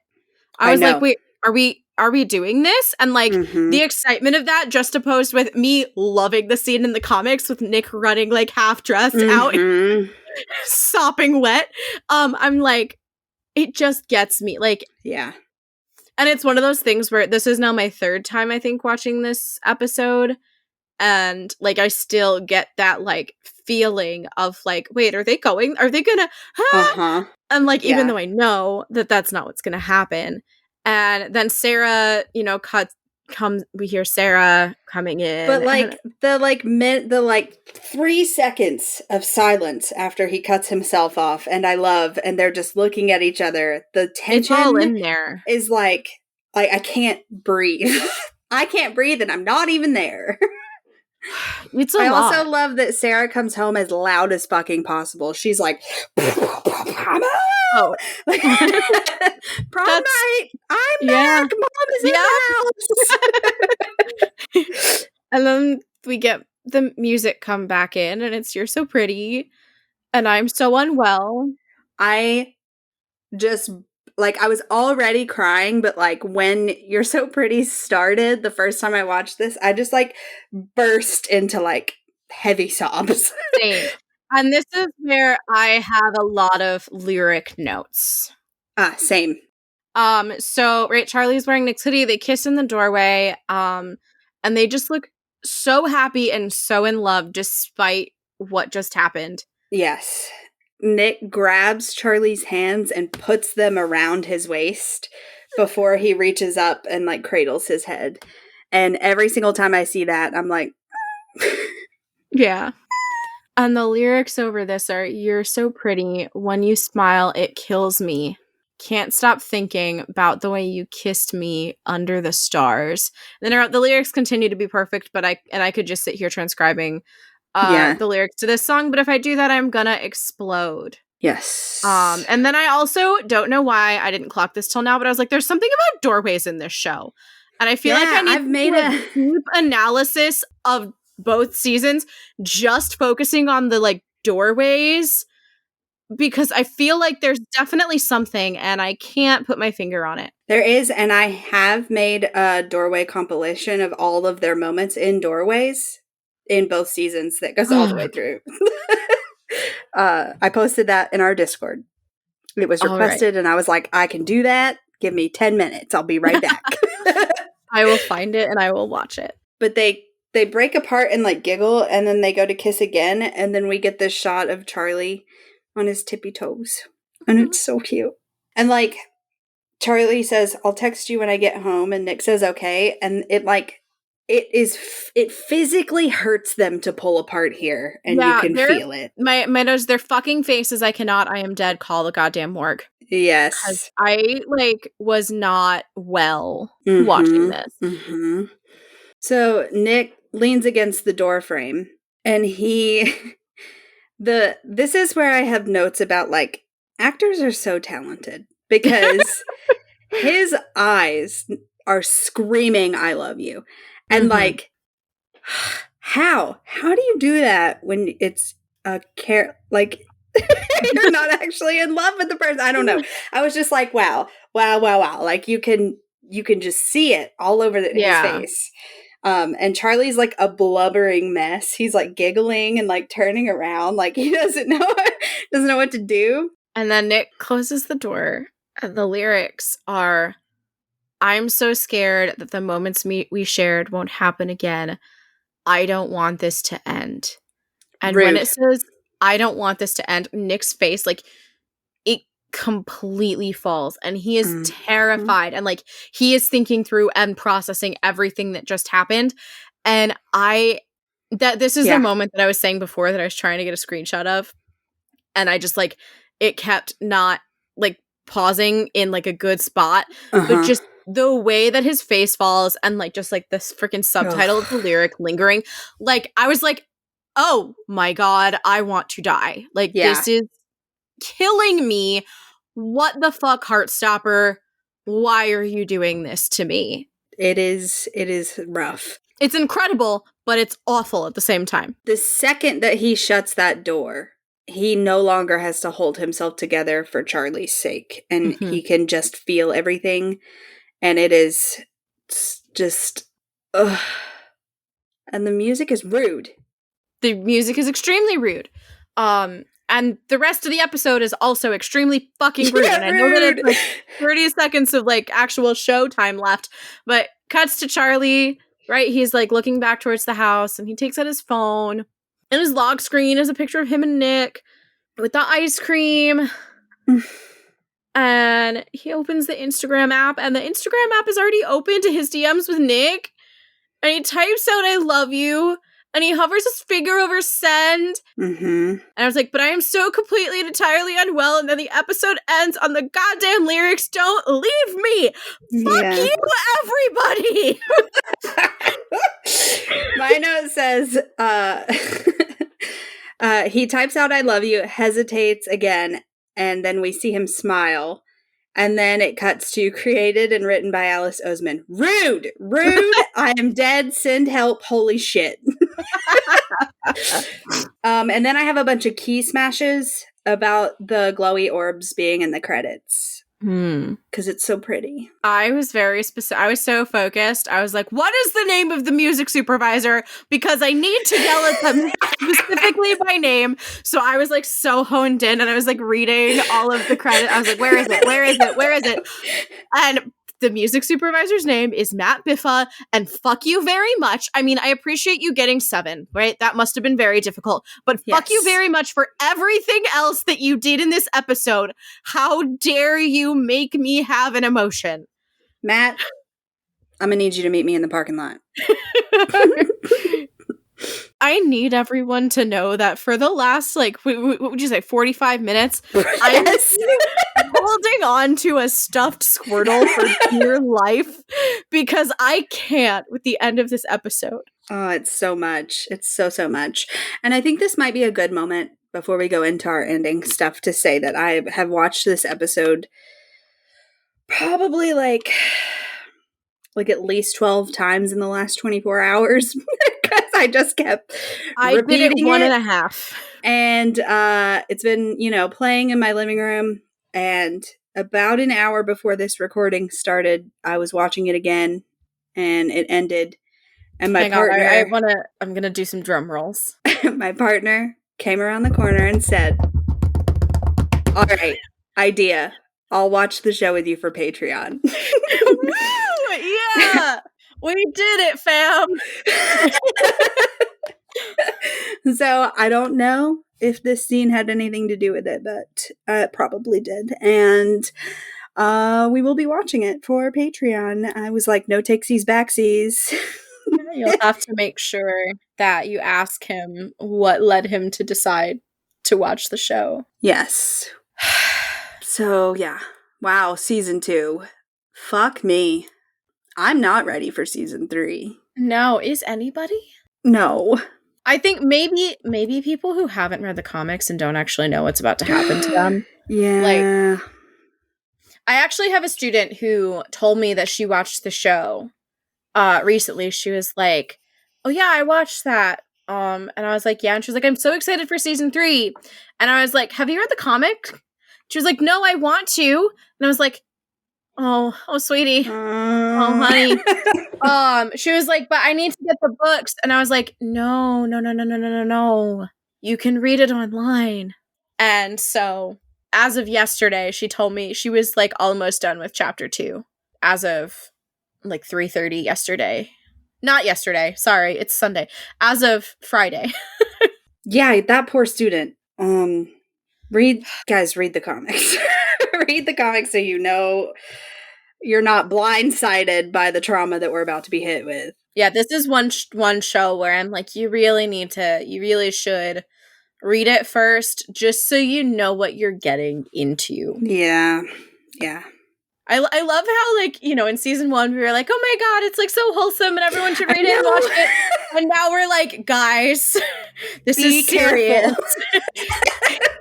But we did say, I said in season 1, like, I get so caught up in the goodness of season 1 that it'd be like, it's so lovely. And then after they were like, I'm going to watch it, I was like, but also it's traumatic. No, I think that's definitely true. But I feel like as we're like leaving season 2 and into season 3, it's so much heavier that it's like, yeah, definitely.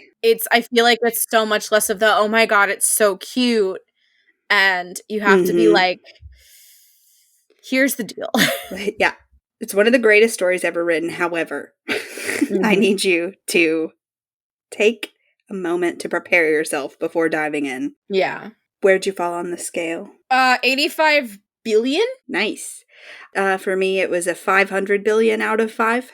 Yeah, 500. I just like infinity. Yeah. I think the scale no longer exists. It has imploded. Yeah. Fuck. Yeah, quotes is hard.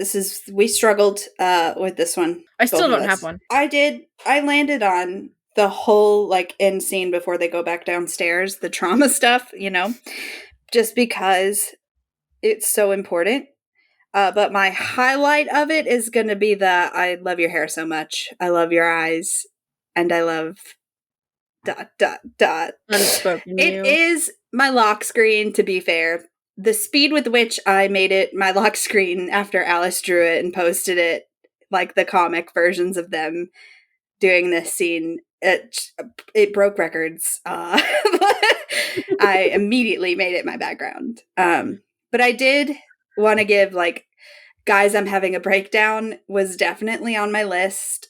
Just the line, you don't have to be perfect with me, was on my list. Mm-hmm. But yeah, I gotta give it to that end scene. All right. You know what? I'm gonna make mine. Farouk's like little smile when he says next time. I think nice. I'm thinking going with like the like cute little like crack in his like tough exterior, like hopefulness and like a little bit of eyebrow waggling. Yeah. I think I'm gonna go with that. This is my truth. Nice. Hell yeah. But like, can I include what I imagine Imogen's internal monologue to be when she's watching Sahar up on the stage? Does that count? Yes, and what is it? Share. I don't know exactly. Like, I don't have it fully articulated, but I like fully and deeply and truly understand it in my soul. You'll have it ready for our season 2 wrap and let us know what you think her internal monologue is. Excuse you? I'm the teacher here. I'm the one who gets to assign homework. But also, it's probably just like a little bit the song "What Is This Feeling" from Wicked. So it goes, what is this feeling so sudden and new? I felt the moment I laid eyes on you. My pulse is rushing. My head is reeling. My face is flushing. Oh, what is this feeling? Yeah. And of course, in the song, the feeling is loathing. I would like to think that the feeling is gay thoughts. So, yeah. Gay thoughts. Yeah. It's her face is like full on panic in that scene. It cracks me up. I literally wrote Imogen is having a proper full on gay crisis. Yeah. She's just like, what? Mm-hmm. I love her little like woo at the end. Yeah, she's like, wait, don't let anyone know. Everything's normal. Everything's fine and normal. I am so excited for her to come to Nick and be like, feelings? Like, I am so excited for, like, not just Imogen to go on this journey, but for, like, the ways in which that this can, like, build Imogen and Nick's friendship even further. Mm-hmm. I am so excited. Yeah. I'm fine. Everything's fine. Well, that just about wraps us up for today. Right now, we're not quite bi-weekly. We are working on it, but this is a podcast by two bisexuals, and we will be back soon with our season 2 wrap-up. If you want to follow us online, we are at Why Are We Cast on all platforms. And if you like this, please consider rating and reviewing us. I love to read them. Until next time. Bye. Bye.